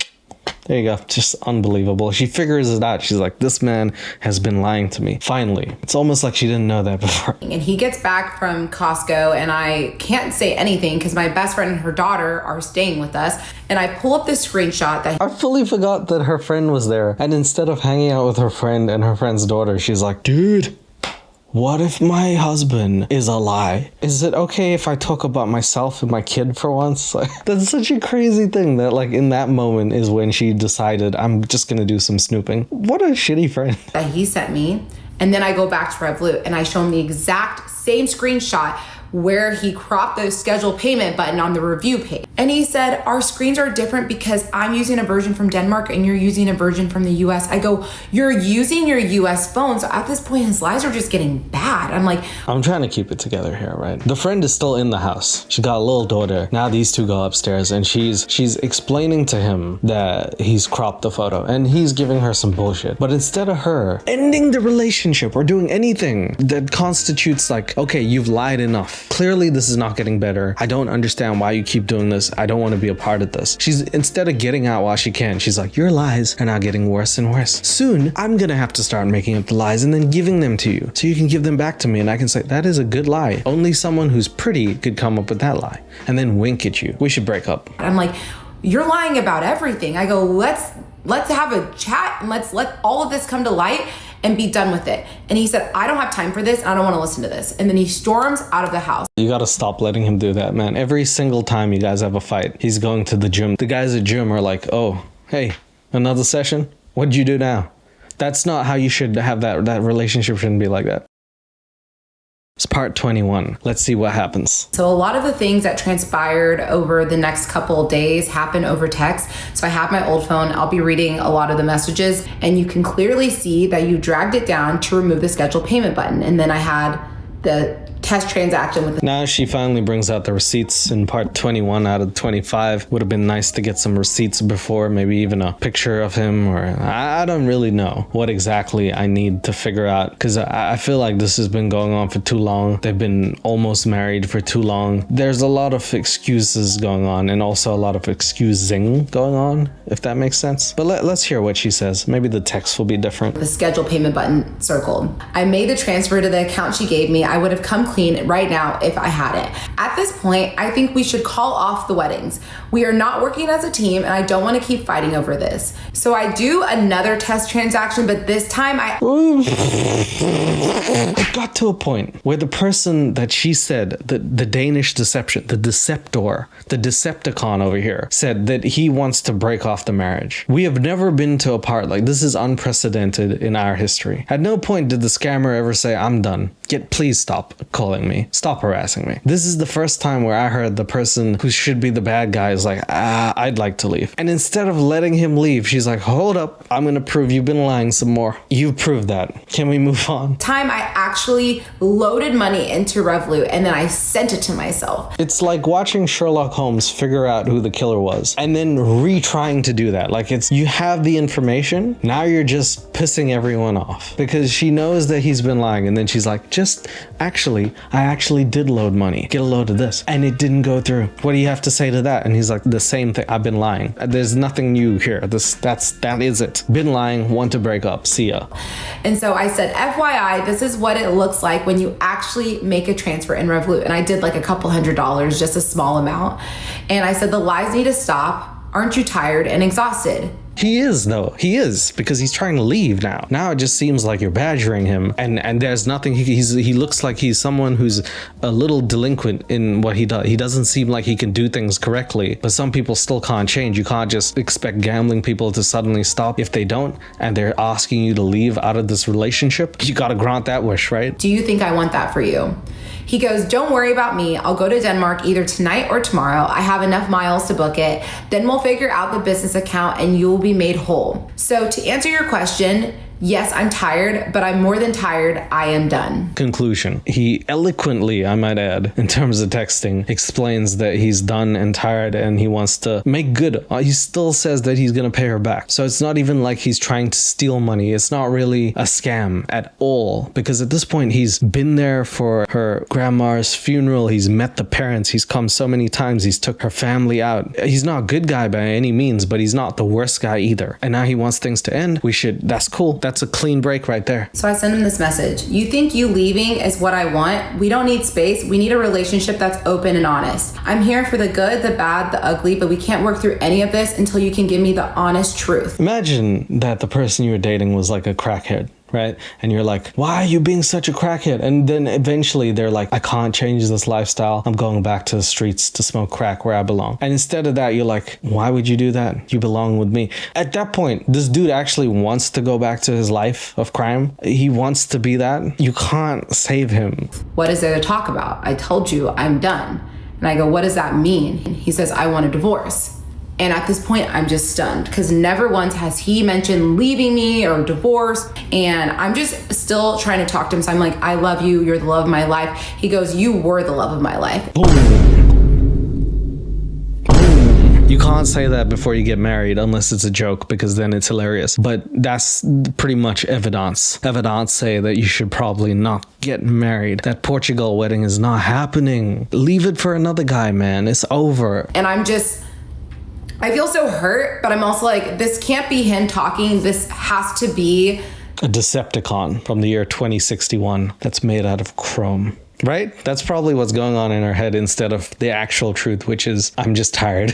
The disease. Yes, of course. It's the disease that he has. He's got gambling AIDS. That's what happened. It took over his brain for a second. He's like, I'm going to gamble with this divorce thing. That's good. That seems like the correct assumption to make right now. Has to be the addiction that's talking. And he says, I have made up my mind and I'm not changing my decision. We are both exhausted. Our individual peace has been at stake for too long and we need to protect that. Yep. Definitely sounds like a guy who's been gambling and can't form a sentence. That sounds like a very bad and not thought out thing instead of an actual articulate sentence. That's correct. Cool. I never heard someone blame getting a divorce on like gambling. She's like, that can't be him. He normally says things like, let's fly to Spain.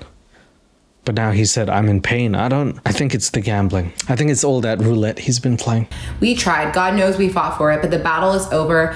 Let's find peace each on our own. It's now been an hour and he still has not backed down from this idea that he's leaving me. If you ever wanted to really pin down who's narcissistic in this relationship, I haven't heard him talk. So I think from what she said, he definitely is. But that line over there where she's like, it's now been an hour, he hasn't backed down, he's leaving me, the way she emphasized that is so telling about who this person's character is, that it is hard not to think of the series in a different way, because I truly went into it with eyes open and an open mind, thinking I'm here to back you up. And slowly she pried me away from that into, y'all are both hella toxic. I just wouldn't like that sentence in any way, shape, or form, but thinking that someone has the audacity to leave you really says more about you than it says about them. So out of pure desperation, and I have never experienced this level of desperation before, I go into his work bag and I take his passport and I look at my friend Rebecca and I said, he's not leaving. I'm gonna get to the bottom of what's really going on. So that's gotta be some kind of law break, right? Because let's just, for a second, let's imagine a guy takes a girl's passport and says exactly what she said. He'd be in jail right now, right? Like, at the very least, he'd be canceled, like a bad show on NBC. This is not. Don't know if you could just be like,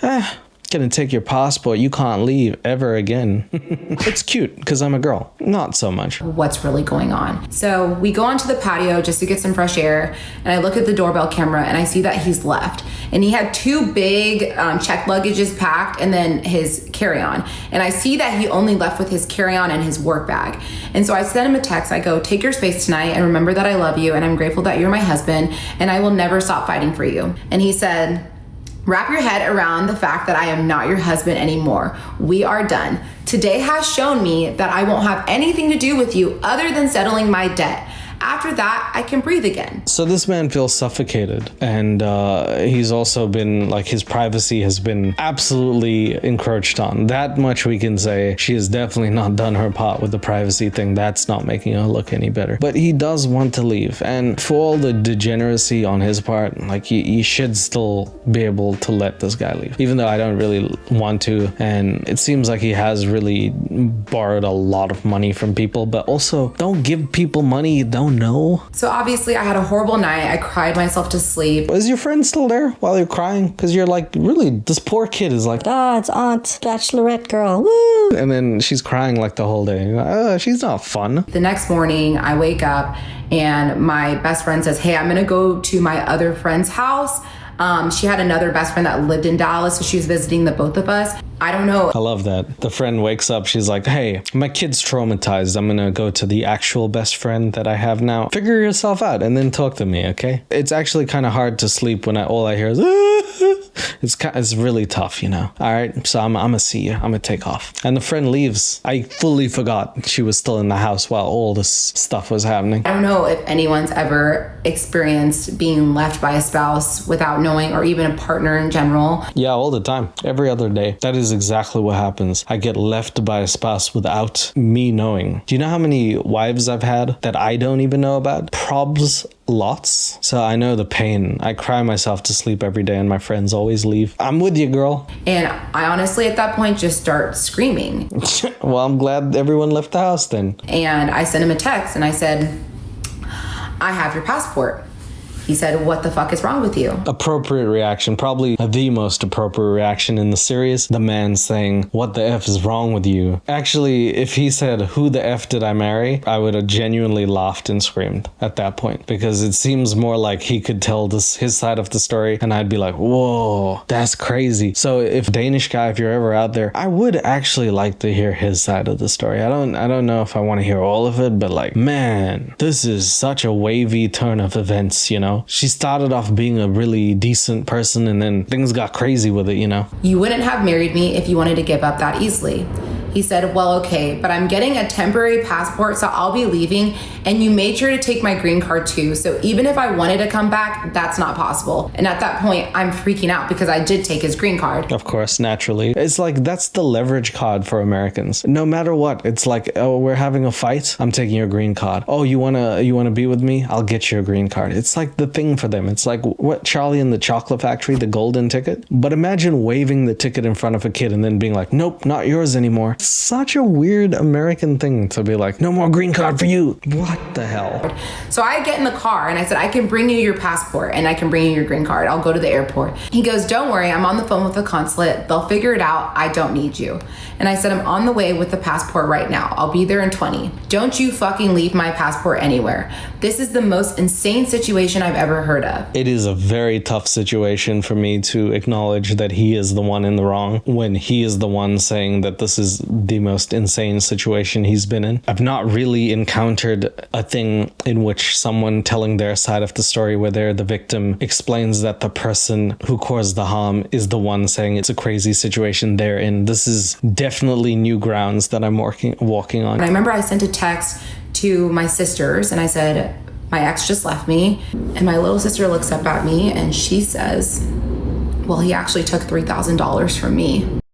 And we end part 21 with the fact that this man has borrowed $3,000 from her little sister. And let me tell you, if nothing else sets it off, that is the final straw for her. Now we're on to part 22.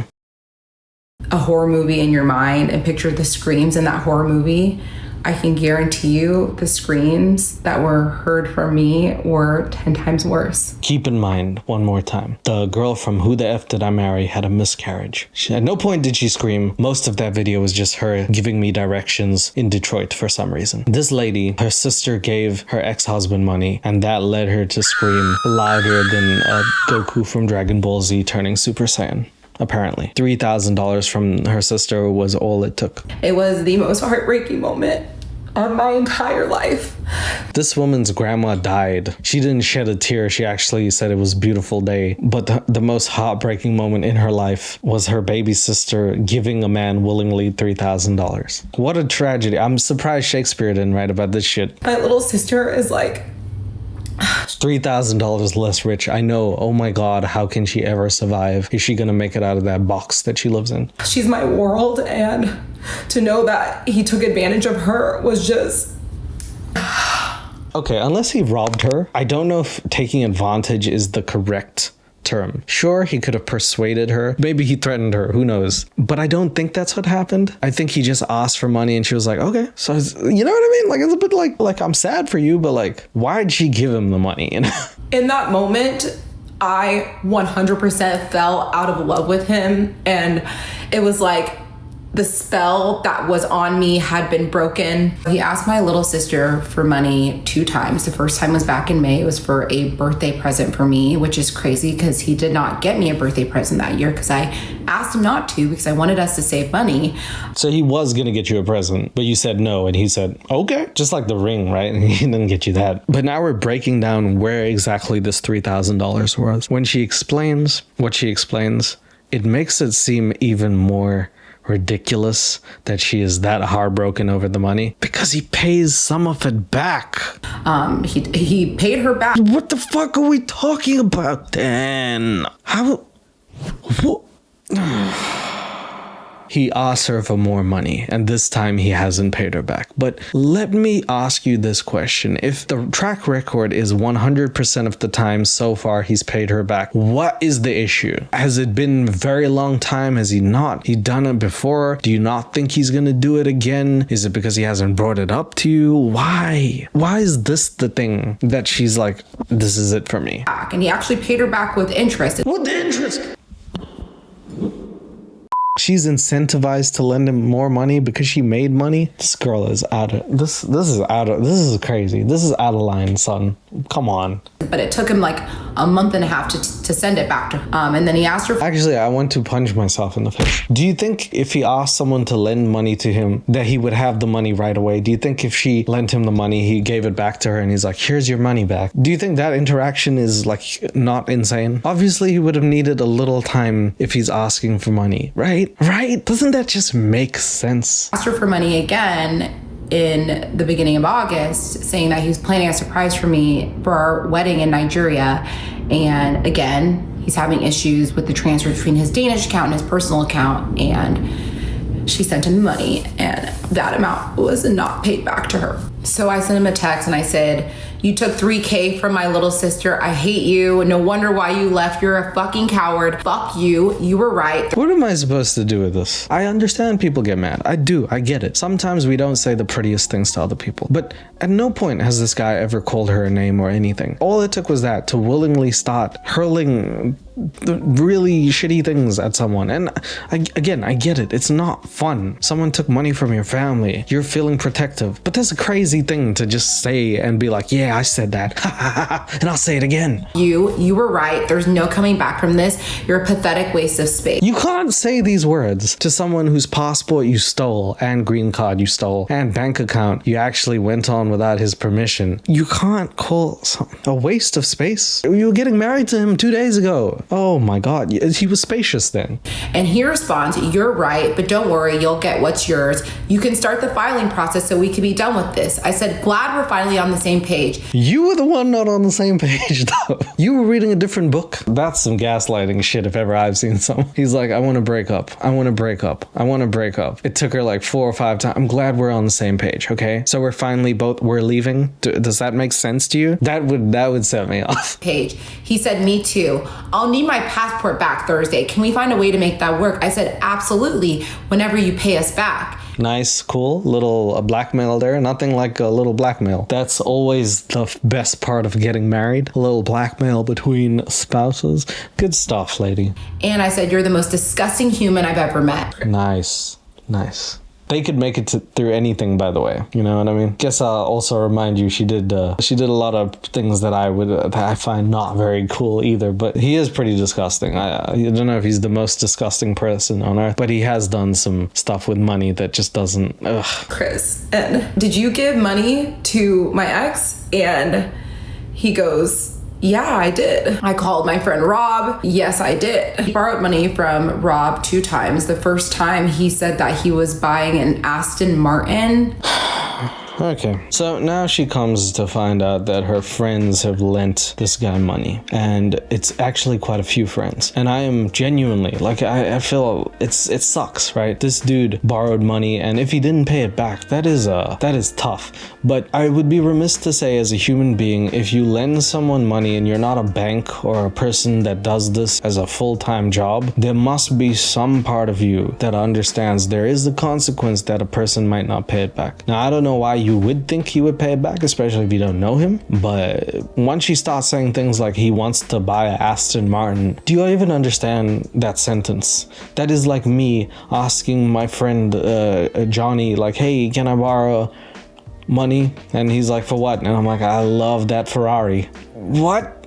Make the money yourself, dude. That amount of money was paid back. And then I'll just go kick myself up the nuts. Not only was that a non-factor thing, she ended the sentence by saying he did in fact pay that money back. So it doesn't even matter that that conversation was had. My issue with her saying that he has borrowed lots of money from people is that she doesn't fully say whose money got paid back and whose money hasn't. I can't keep track of all of these things. And if he's just borrowed money and paid people back, there is no issue here. I'm sure there's some money he hasn't paid people back, and that's what we should focus on, but it doesn't seem like it is the worst thing in the world. It doesn't seem like a 6-hour story. It seems like a guy who was so charming that your friends all gave him money. I think we should all go to therapy and talk about why we're lending random white people money instead of actually spending it on our own stuff. I think that's the more pressing question. text him in all caps, who else? And then he doesn't respond. Then I called one of my friends that I've known since high school, asked him, did you give my ex money? He said yes. He loaned him money as well. And then I made a call to my cousin and I asked him, I said, did you loan my ex money? And he said yes. You know, when people get like life-altering conditions, cancer, AIDS, things like that, stuff that like you find out that just is a blow to your, then you're like, this is like an appropriate reaction. I'm not even shitting you. If I had a wife who defrauded my friends and I called up my friend, I'm like, hey Alvin, did you lend her money? And he says yes, I would laugh on the phone for like 10-20 minutes and be like, what is wrong with you? Why would you lend her money, dude? What is that? What could he have possibly said that made you want to lend him money? What is it this Danish accent, like, I know cryptocurrency? What is fooling people here?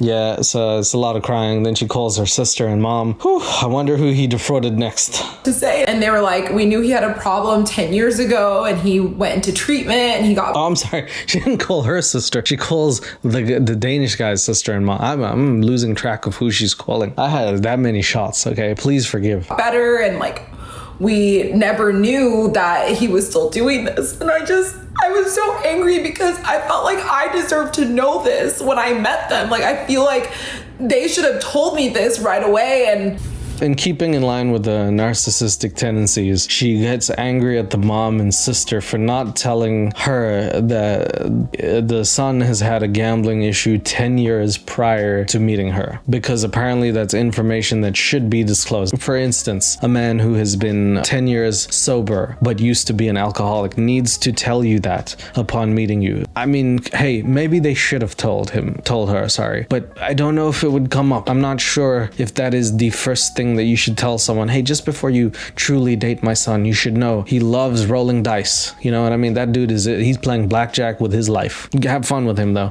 And the next morning I decided I'm gonna go on my Instagram and I'm going to unblock his ex-girlfriend and I'm going to reach out to her. Why didn't you give him the passport, actually? Just how about doing that and then letting that happen? She's doing the Sherlock Holmes thing again. She's like, I got time on my hands because I guess I'm not taking flights to some random country. So the first thing she does is she unblocks his ex that was in the story with the dog a while ago. And then she talks to the ex and she's trying to find out more information. She's like, what? Who is this guy that I'm dating? Does he really just take money from people? I'm sure she's going to find out the answer is yes. Her. And she responded almost instantaneously. It was like, Anyeka, my heart goes out to you. Are you available to have a quick conversation? And she said, absolutely. So I call my cousin's wife and I ask her, can I come over? Can I just spend some time with my godson? And she said, of course. So I go over to her house and I pick him up and I just hold him and I'm just like crying and I'm telling him. All right. So I haven't been like super mad this whole time. When I first saw this, it made me actually mad, and I want to explain why. She's still in the middle of trying to figure out who her ex-husband is, even though she knows exactly who he is. At this point, she's crying in an absolute mess. She asks to go to her friend's house, not to hang out with the friend, but to pick up the 1-year-old kid that the friend has and then cry into it like it's some fucking teddy bear. He's 1 year old, so he doesn't understand what's going on, but I'm just saying I'm so sorry because like your godfather is an evil monster and I'm just now... The level of narcissism that has to happen where you think that you need to tell a kid when they grow up about your trauma experience, even though it's not his life at all, is so beyond me that I'm glad she didn't have a kid, because I get very annoyed when people have kids and they don't actually know or want to take care of their kids, because it's so easy to mess a kid up. It's so very easy. They're malleable and they're little and they deserve to be loved. And just because you're having a tough time, you shouldn't do that. I'll tell you what, my mom actually kept a lot of things from me because she knew how much it would traumatize me when she was going through it. I appreciate her for that endlessly. If she has picked me up and been like, your dad is a bad man, and I'm 2 years old, that's crazy. That's messing me up for life. And it kind of happened, but still, that's messed up. And I'm just now finding this out, and I just felt so bad for him that like one day he's gonna learn that this man was his godfather at one point. He doesn't need to know, right? Like it has nothing to do with him. It's not gonna happen because you don't need to know who was your godfather. Why would you even need to know that? Why would that even come up in his mind? He is 1 year old. He is like, goo goo gaga, let me sleep. Stop. So I'm at my cousin's house waiting for the ex to call me, and I just need to just start reaching out to every single person that's ever encountered him. So after crying into her friend's son, she decides she's going to get out the yellow pages and call every human on this planet to see how much money he's borrowed. She's just going country by country, seeing what... She calls him the tax collector, I guess. I'm on my phone. Again, I'm still waiting for the ex to call me, and I look down and I have a text from his older sister, and she said, Anyeka, can you please call me? Part 23. The older sister, the one that he refuses to talk to, says, "You gotta call me. I got some information for you." Things are getting juicy. So I pick up the phone, I call his sister, and it's on FaceTime. I'm bawling my eyes out, and she's just apologizing. She's like, "I'm so sorry." She said, "I felt as though he was living above his means, and this is always a sign, but when he's gambling and stealing from people, and I wanted to have a conversation with you, but I didn't know if you were gonna believe me." And she said, "Well, yeah, his addiction got really, really bad about 10 years ago. He owed money to some really dangerous people. They actually threw a brick through his parents' window." I don't know what the loan sharks are doing there, but that'll teach him. So the sister is like explaining his backstory, and it turns out he's made some pretty mortal enemies because these are some loan sharks, and he's also been living in Denmark, so he's been evading them pretty well since they know where his house is and threw a brick through it. Seems like he should probably have evaded them, but I guess he has been fine there. But anyway, so yeah, that's what's been happening. And they chased his friend through the streets with a knife. Again, I love these loan sharks. Like the two things they did, they were like, he owes us money, I'm gonna throw a brick in his dad's house, and I'm gonna chase his friend with a knife. That should get him to get us the money. What a weird situation that is. I don't know how the Danish do it. And she's a police officer, so she wanted to protect him. So she actually went and met with these like dangerous loan sharks and figured out a payment plan for them. And then my ex got a job in China, and then he moved to Shanghai and didn't pay anyone back. This is some crazy lore going on. So this dude did flee the country to Shanghai, and then he didn't pay them. He's defrauding everyone. I wonder what the Chinese loan sharks did. Did they politely ask him for the money back? I feel like that's what they would have done. And he owed money to his parents. He owed money to tons of people. I did not know any of this. I just knew he owed money to his best friend at the time, and obviously crypto. The specialists and the therapists and the counselors at this facility, they told the family that he had the worst gambling addiction that they had seen in their careers. I'm not really sure what she's going on about, but I guess he went to therapy for gambling addiction, and then they said like they haven't seen anyone as bad as him ever. So I guess knowing that, she now feels sad that nobody told her this. I'm not really sure how to feel about all of this because it seems like very personal information. It's almost like talking about alcoholism again, and it's not a good thing to talk about, but like this man, he did do a lot of bad things, it seems, according to the sister. So and his family said nothing to me. So that conversation 100% deepened my anger and resentment towards the family. I've worked through a lot of that in therapy, but he said that your family had all this money. She said that's absolutely not true. We're very average, middle-class family. Well, let me get this straight. Someone from his family told her the truth, so now she hates that family? All right, I'm just saying. That's kind of like mean. She probably didn't have to do all this for you, but all right, I'm just saying. She's a police officer, by the way, and she decided to protect her brother from the loan sharks. I would have let the loan sharks try and like attack my brother and then been like, I'm arresting you because now you're doing assault. Think about it. And I also asked her, I was like, has he ever owned any property in Denmark ever? And she said he has never owned a single piece of property. So I get off the phone with his sister, and then his ex is now available. They broke up on December 23rd of 2022. So do y'all remember that story about his dad being sick in the hospital and him getting in a fight with his sister and the back surgery and all the bullshit? It was all a lie. He was living with her. They broke up. She left him 4 months after we started dating.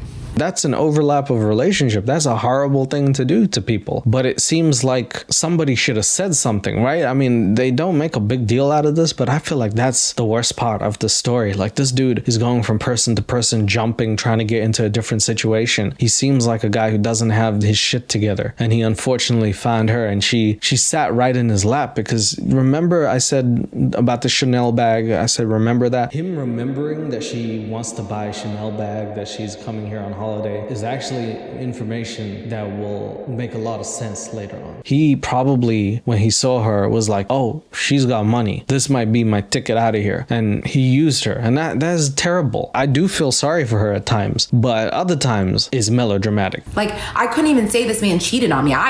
He cheated on her. I was the other woman. And so at that point, I'm like, it is time to fight. And for starters, I need a divorce. So I start looking up divorce attorneys on day one, and I actually had 2 meetings with the divorce attorneys. There's a lot of things that are happening. She's now proceeding with the divorce. They're now having a battle to see who can divorce each other the fastest, because you get that bragging right. So I'm on the phone with my mom, just talking to her about everything, and then this name pops in my head.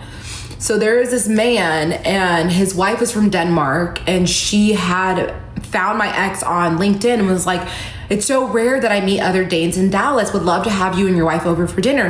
And I go, hey, it's Anyeka. And he goes, hey. She's also now called up another Danish guy who took him under his wing, because apparently they're so few and far between that if you're Danish in America, you're homies. But guess what? He stole money from that guy too.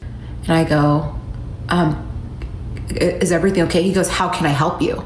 And I go, did my ex take money from you? And he says, that motherfucker took $30,000 from me. How did he get all this money from you?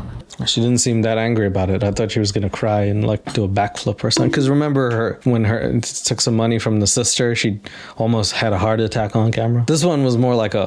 He told me he was investing in this land. He was building a quadruplex, and he had to rerun the water lines, and he was looking for investors. He said they had 10 to 15 business meetings before this man gave my ex a dime. So in other words, you're saying he kind of earned it? Because at 10 to 15 meetings and this guy couldn't see past the bullshit. This guy worked for that money, man. I gotta say, for a dude with a gambling addiction, he's earning that gambling money. Wow. It's not as easy as the other friends. He's like, can I have 300K? And the guy's like, sure. I was gonna give you more, but okay. And I asked him, I go, why didn't you bring this up to me? He goes, well, Anyeka, you're Nigerian. Like, that's a scamming capital of the world. I didn't know if you were in on it. Poetic justice, irony, lots of things. Just it's even funnier that it's his countrymen doing the scamming, but he stereotypically thought it was the Nigerian person. But it's not even really a stereotype. Like,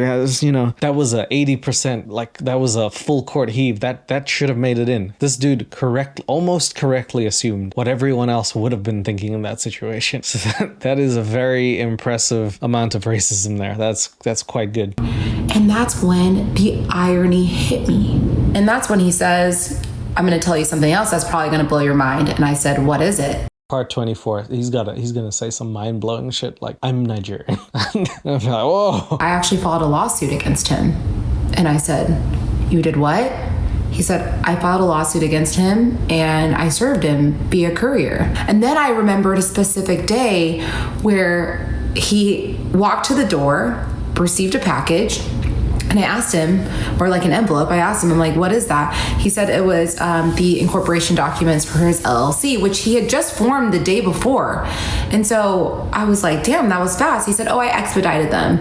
No, he was just getting served. On top of that, so she didn't. I mean, this guy's he's been lying to her. He's been compulsive lying, and that is just never mind the gambling. Like, that's horrible, right? The gambling is something that is tragic. But let's say it's your family member and they're gambling. You don't leave them, right? That is not necessarily grounds to leave someone. The thing that you should leave someone on is if they're a compulsive liar. That, for me, breaks down the chain of communication, and therefore you cannot know what they're telling the truth on and what they're not telling the truth on. And at that point, you can't have a relationship. So that's pretty much, for me, what seemed like the problem in this relationship. She doesn't seem to think that is the issue. She, for some reason, thinks the gambling and borrowing money is the issue, and it's bad, but it's not as bad as this man constantly lying about things. On top of that, before the mentor friend would give him any money. He wanted to get some collateral. Yeah, also, sorry, by the way, you can't serve, if someone leaves and they're also not a business or something, it's gonna be near impossible to actually get them to go to court.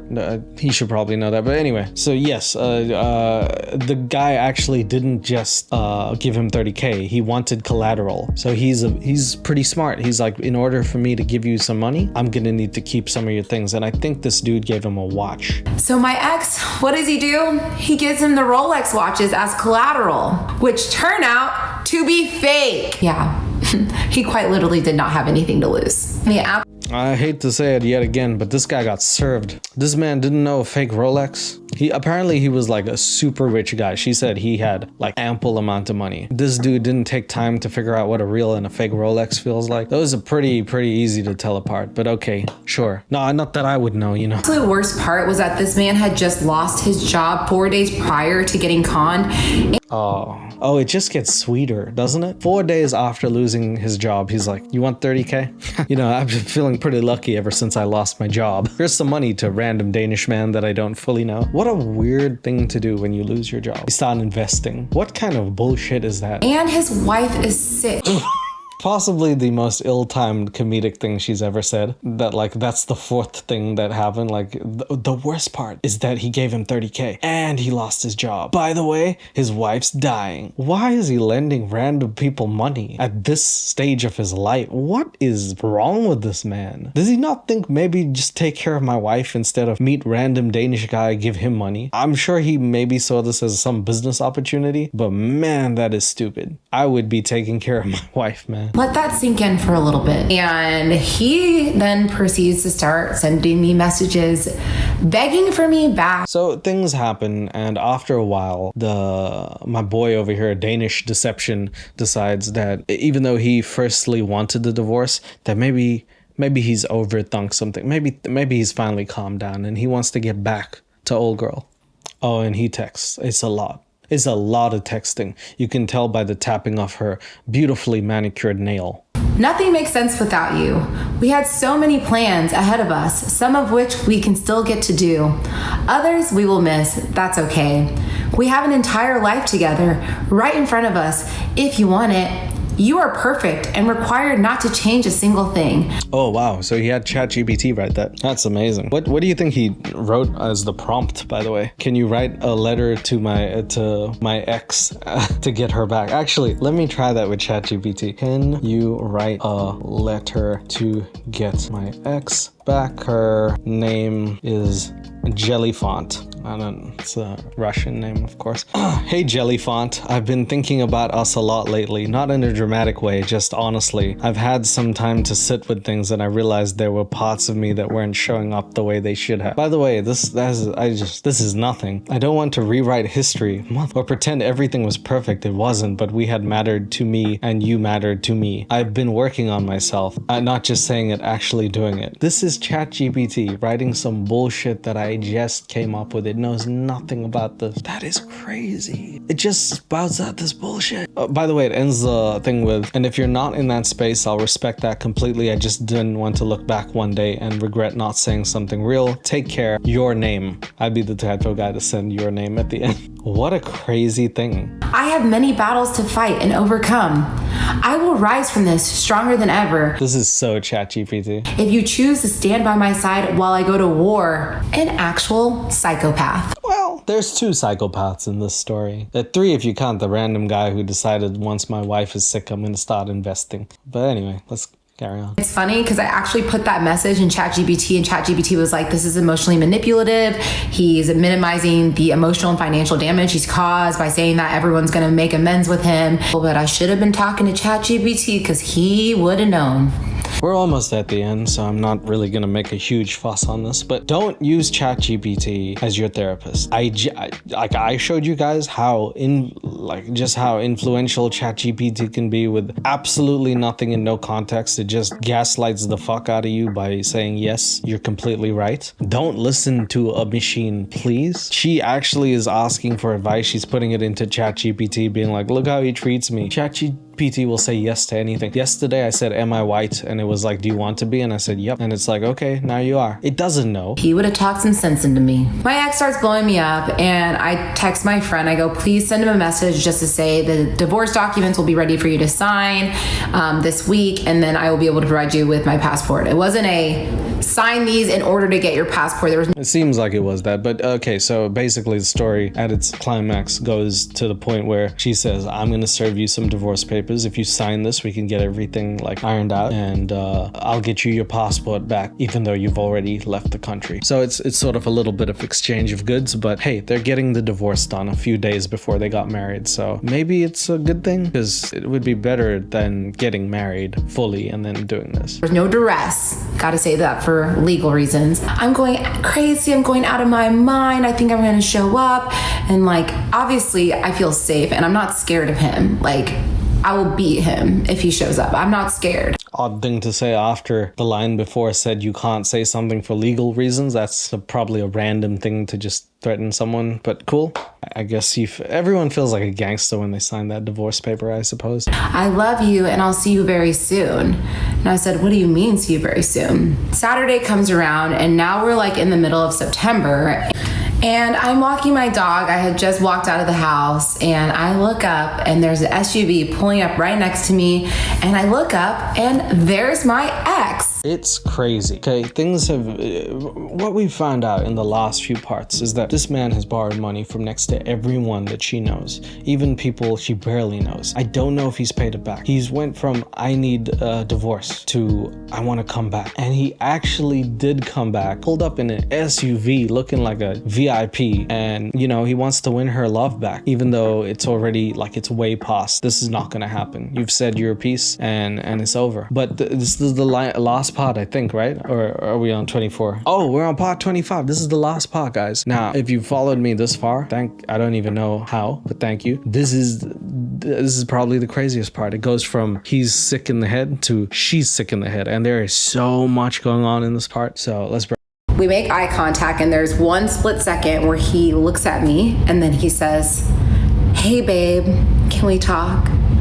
And then I proceeded to I imagine that in Tommy Wiseau's voice. Hey babe, can we talk? I don't know if Danish people can. I would love to hear a Danish person talk. If anybody wants to follow me, just message me and send a Danish voice message, please. Scream bloody murder. Yes, so she reacts like a mature individual, especially one that's over 30 years old. When he comes and he says, hey babe, she replies and she says, I don't want that. Psych. She screams like she's in a horror movie, and then she puts this on TikTok thinking that it's the correct thing to do, that you can just act like a crazy deranged lunatic and that somehow it's okay. Doesn't care that she's out in society because she said she was walking her dog. Doesn't care who she's annoying on her day out. As long as she makes a scene, things are good. That is the kind of person I don't want to be around, but wow. And then he speeds off and drives away. And then he texted me, okay, I get it. I love you. That's all. Goodbye, babe. Goodbye, babe. Tommy Wiseau leaves. And that's the last time he ever hears from her. I think in his head, he looked at her, and while she was like screaming, he saw in slow motion, he's like, this is it for me. I'm gonna get out of here now. And he doesn't text her again, ever. I thought the story ended here, by the way. I thought she finally won. She got what she wanted. She got this man out of her life. She successfully got him to leave. He even came back. She did some weird shit. He left. The story should be over, but it's not. That night, they go out to party and she sees him. And I thought that this guy was stalking her. I was like, this dude needs to get a life. But it turns out in the most disgusting, diabolical way, she is stalking him somehow. And then I sent him a text because, you know, I've been ignoring him for weeks now. And this is the last message I have ever sent him. Do not ever show up to my home again. I do not want to see you. I do not want to be with you. I do not love you anymore.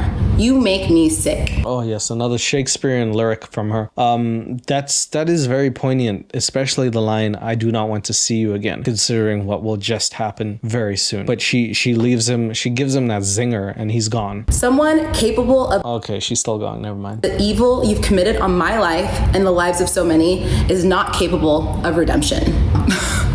Nice, good one. Got him. So that was obviously a very traumatic experience for me. I immediately drove to my friend Priscilla's house and I was just crying and Yes, so another person that has to deal with her crying, that night she goes out and they have lots of drinks and they get over it, you know what I mean? It's like I'm in my hot girl era now, I'm shedded off this weight on my shoulders. I finally let go of the beast. Like, I will cut off my right arm before I miss his birthday dinner because this friend, Nicole, she has been there for me. Afterwards, we were grabbing drinks at a cocktail bar, having fun. Around 1:30, I was feeling a little bit tired, so I was like, I'm gonna go home. The next morning, I go to church, and I get a text from Nicole, and she said, can you call me? She walks into my house. She sits down, and she looks at me, and she says, I saw your ex last night. She was like, my building. And she lives in a building that is residences and a hotel. Okay, so yes, I was a bit confused, but what happened was when they were drinking last night, I thought that he somehow had found the bar that she was in and was watching her, stalking her. And when she disclosed, when she was like, she saw like the ex last night, I was genuinely like, this is gonna be terrifying. You gotta get a restraining order. But it turns out it wasn't at the bar. She was in her apartment and somehow saw this guy. So she just randomly stumbled upon him. Okay, all right. So what's he doing? She saw my ex with a woman that... Okay, so he's with another girl, he moved on. That's fast, but it's all right. I guess, sometimes you see your ex move on, you might feel a little bit salty. Nothing bad. Let me just say, based on the way she was described to me, I would think she was a street hooker. As opposed to those air hookers. She's a street hooker, based on the way that she was described, even though she has no pictures, reference, or anything else. And hey, let's not bring other women down, right? Women should be bringing each other up. But anyway, that she's a stupid street hooker, right? That's a pull to swallow. Imagine seeing your ex with someone and just making that bold assumption as if it's some bad thing. And what if he was with one? Like, I don't even understand. Like, is that somehow a crime? It is a crime in America, I think. I don't know. It was also kind of communicated to me that she might be like a 1 out of 10. So in terms of immaturity right now, we've got a girl who is she's done with her ex-husband. She's got the divorce she wanted. Everything has happened. He went to see her and she screamed at the top of her voice already. And the next day she sees him. It's nothing that he didn't come into her life anymore. She had the audacity to say this girl at the end is a street hooker and a 1 out of 10, which just goes to show how petty someone can be. I mean, that is not necessary, is it? And he was holding her jacket and getting cash out of the ATM at 2:15 in the morning. So, we all have our guesses on what that could have been. Oh, dude, I didn't even I didn't clock what, because she thinks that he's about to pay her for the dirty sex they're gonna have. I see. I understand. Again, these are huge assumptions to make one day after leaving, like getting that divorce. This seems to be quite the leap here that she's taking. One small step for man, one giant fucking leap for my head. At this point, I had not announced our breakup, and you guys know I did a post telling people we weren't together. This was like before that. And so at that point, I felt so disrespected because, people know me in Dallas and they're gonna see him. He should cease to exist in her life. Basically, this guy should have turned on the invisible cloak. He should have got that Harry Potter invisibility cloak, put it on himself, till she finally broke up with him, made it public, then he could show his face in Dallas again. Because as we all know, the most important thing in Dallas is this girl. Got it. That's cool. Okay. And see him with a hooker. Yes, right, of course, because that's not, again, seeing him, that's fine. But with that dirty hooker, that 1 out of 10, if that's the problem. People are gonna message her like, hey, saw your husband with that dirty hooker again. What's he doing there? My guess is probably paying her for favors. And it's just so disrespectful to me. And so I send a message. Yes, calling a girl a 1 out of 10 and presuming she's a hooker, that's fine. But it's disrespectful if he is with her in your city. I like the way you think, girl. His sister, just saying that I'm absolutely disgusted with him. So I tell her everything, and my friend actually got photographs of. Nice, cool. Yes, let's carry on this last few minutes here. Man isn't doing private things in his private life. You turn into Magnum PI, the investigator, get your friend to take photos of this man. I don't know how savory any of this is. Like, I'm trying my hardest to not like this guy. And I don't want to defend this piece of trash. But you're making it hard for me. Of this man holding her jacket. Like, she got the photos. And she asked me, are you comfortable with me reaching out to him and letting him know? I said, absolutely, I don't care. And okay, so it's not over yet still. Somehow the pictures weren't enough. Now the friend has to message him about his personal life. And now he has to explain his personal life to his ex-wife. I said, absolutely, I don't care. So she reaches out to him. And then he sends me a text and says, I was not buying sex last night. I was buying weed. And he also sends a screenshot of the receipt of his withdrawal, and it was $40. And I'm thinking there's 3 different options. Number 1, he saw my friend and he was like, let me take out a small withdrawal so I have something to back up my lie. And he clearly saw her. Hold up, before we get to that stupid shit. This man actually decided to reply and say he was buying weed. Now, maybe that's correct, maybe that's not, but apparently he took out $40. I'm not a expert of hookers by any means necessary. I haven't actually, there's not an aspect that I know much about, but damn it, I don't think any hooker worth her salt is gonna take $40. What do you take me for? I'm sure she would have. Dallas represent. I would hope that they charge a little more than that. You know, $40 seems like weed money. I'm not gonna lie to you, it does. But now she has guesses as to what he's been doing, because instead of living her life, the best thing she can do is try to predict his. So let's listen to what, apparently weed is not the option. Even though he said it's weed, that's not one of her 3 options. She's like, there's no. By name. Number 2, he was conning the prostitute and he said, hey, I only have $40 right now, but I'll pay you back the rest. Something with his Danish account, bullshit, I don't know. And number 3, the prostitute was $40. That seems more plausible than the truth. I saw your friend from far away who took pictures of me, so I made sure to take out $40 so I could prove to your friend that I was taking out $40 for weed. Because I'm lying, and really, I just want to deceive your friend. That's very likely. I like that. What's the second option? So obviously I was hurt by the situation. Yes, of course, right, of course. Well, he saw her from across the country. Obviously I was hurt by the situation, but it just, at this point, I'm not even surprised because this man is crazy. The following week, That's super likely, actually. You know what I mean? Like, you give me a little bit, I do a little bit. What can I get for $40? She's like, maybe a handshake. He's like, that'll do. I'll take a $40 handshake. Thank you very much. That's very likely. I definitely know most of those girls. They definitely work on IOUs, I'm sure. My friend Chris met up with him and he signed the divorce papers and had no problem with anything that I put in there. Well, let's not diminish that industry, okay? Because people work there for multiple reasons, and it actually feels pretty weird in 2026 to say, as a girl, stop randomly bringing other girls down without knowing the context of their situation. You know, probably doesn't need me to say that, but that seems like a very weird British thing to do. So obviously I was hurt by the situation, but it just, at this point, I'm not even surprised because this man is crazy. The following week. Yes, he's the crazy one. After you told your friend to spy on him, take pictures, message him, and then you guessed why what he said wouldn't be true. He's the crazy one. Okay, that seems about right. Following week, my friend Chris met up with him and he signed the divorce papers and had no problem with anything that I put in there. I'm excited to move on. Y'all's support means the world to me, and I just wanted to say thank you, and I hope you guys enjoyed the Danish deception. I'll tell you what, I did not enjoy it. I would rather enjoy a Danish. Maybe the Danish is a deception because it's actually baguette. That would have been more fun. This was a very long video, and it ends with her actually getting what she wants. He signs the divorce papers.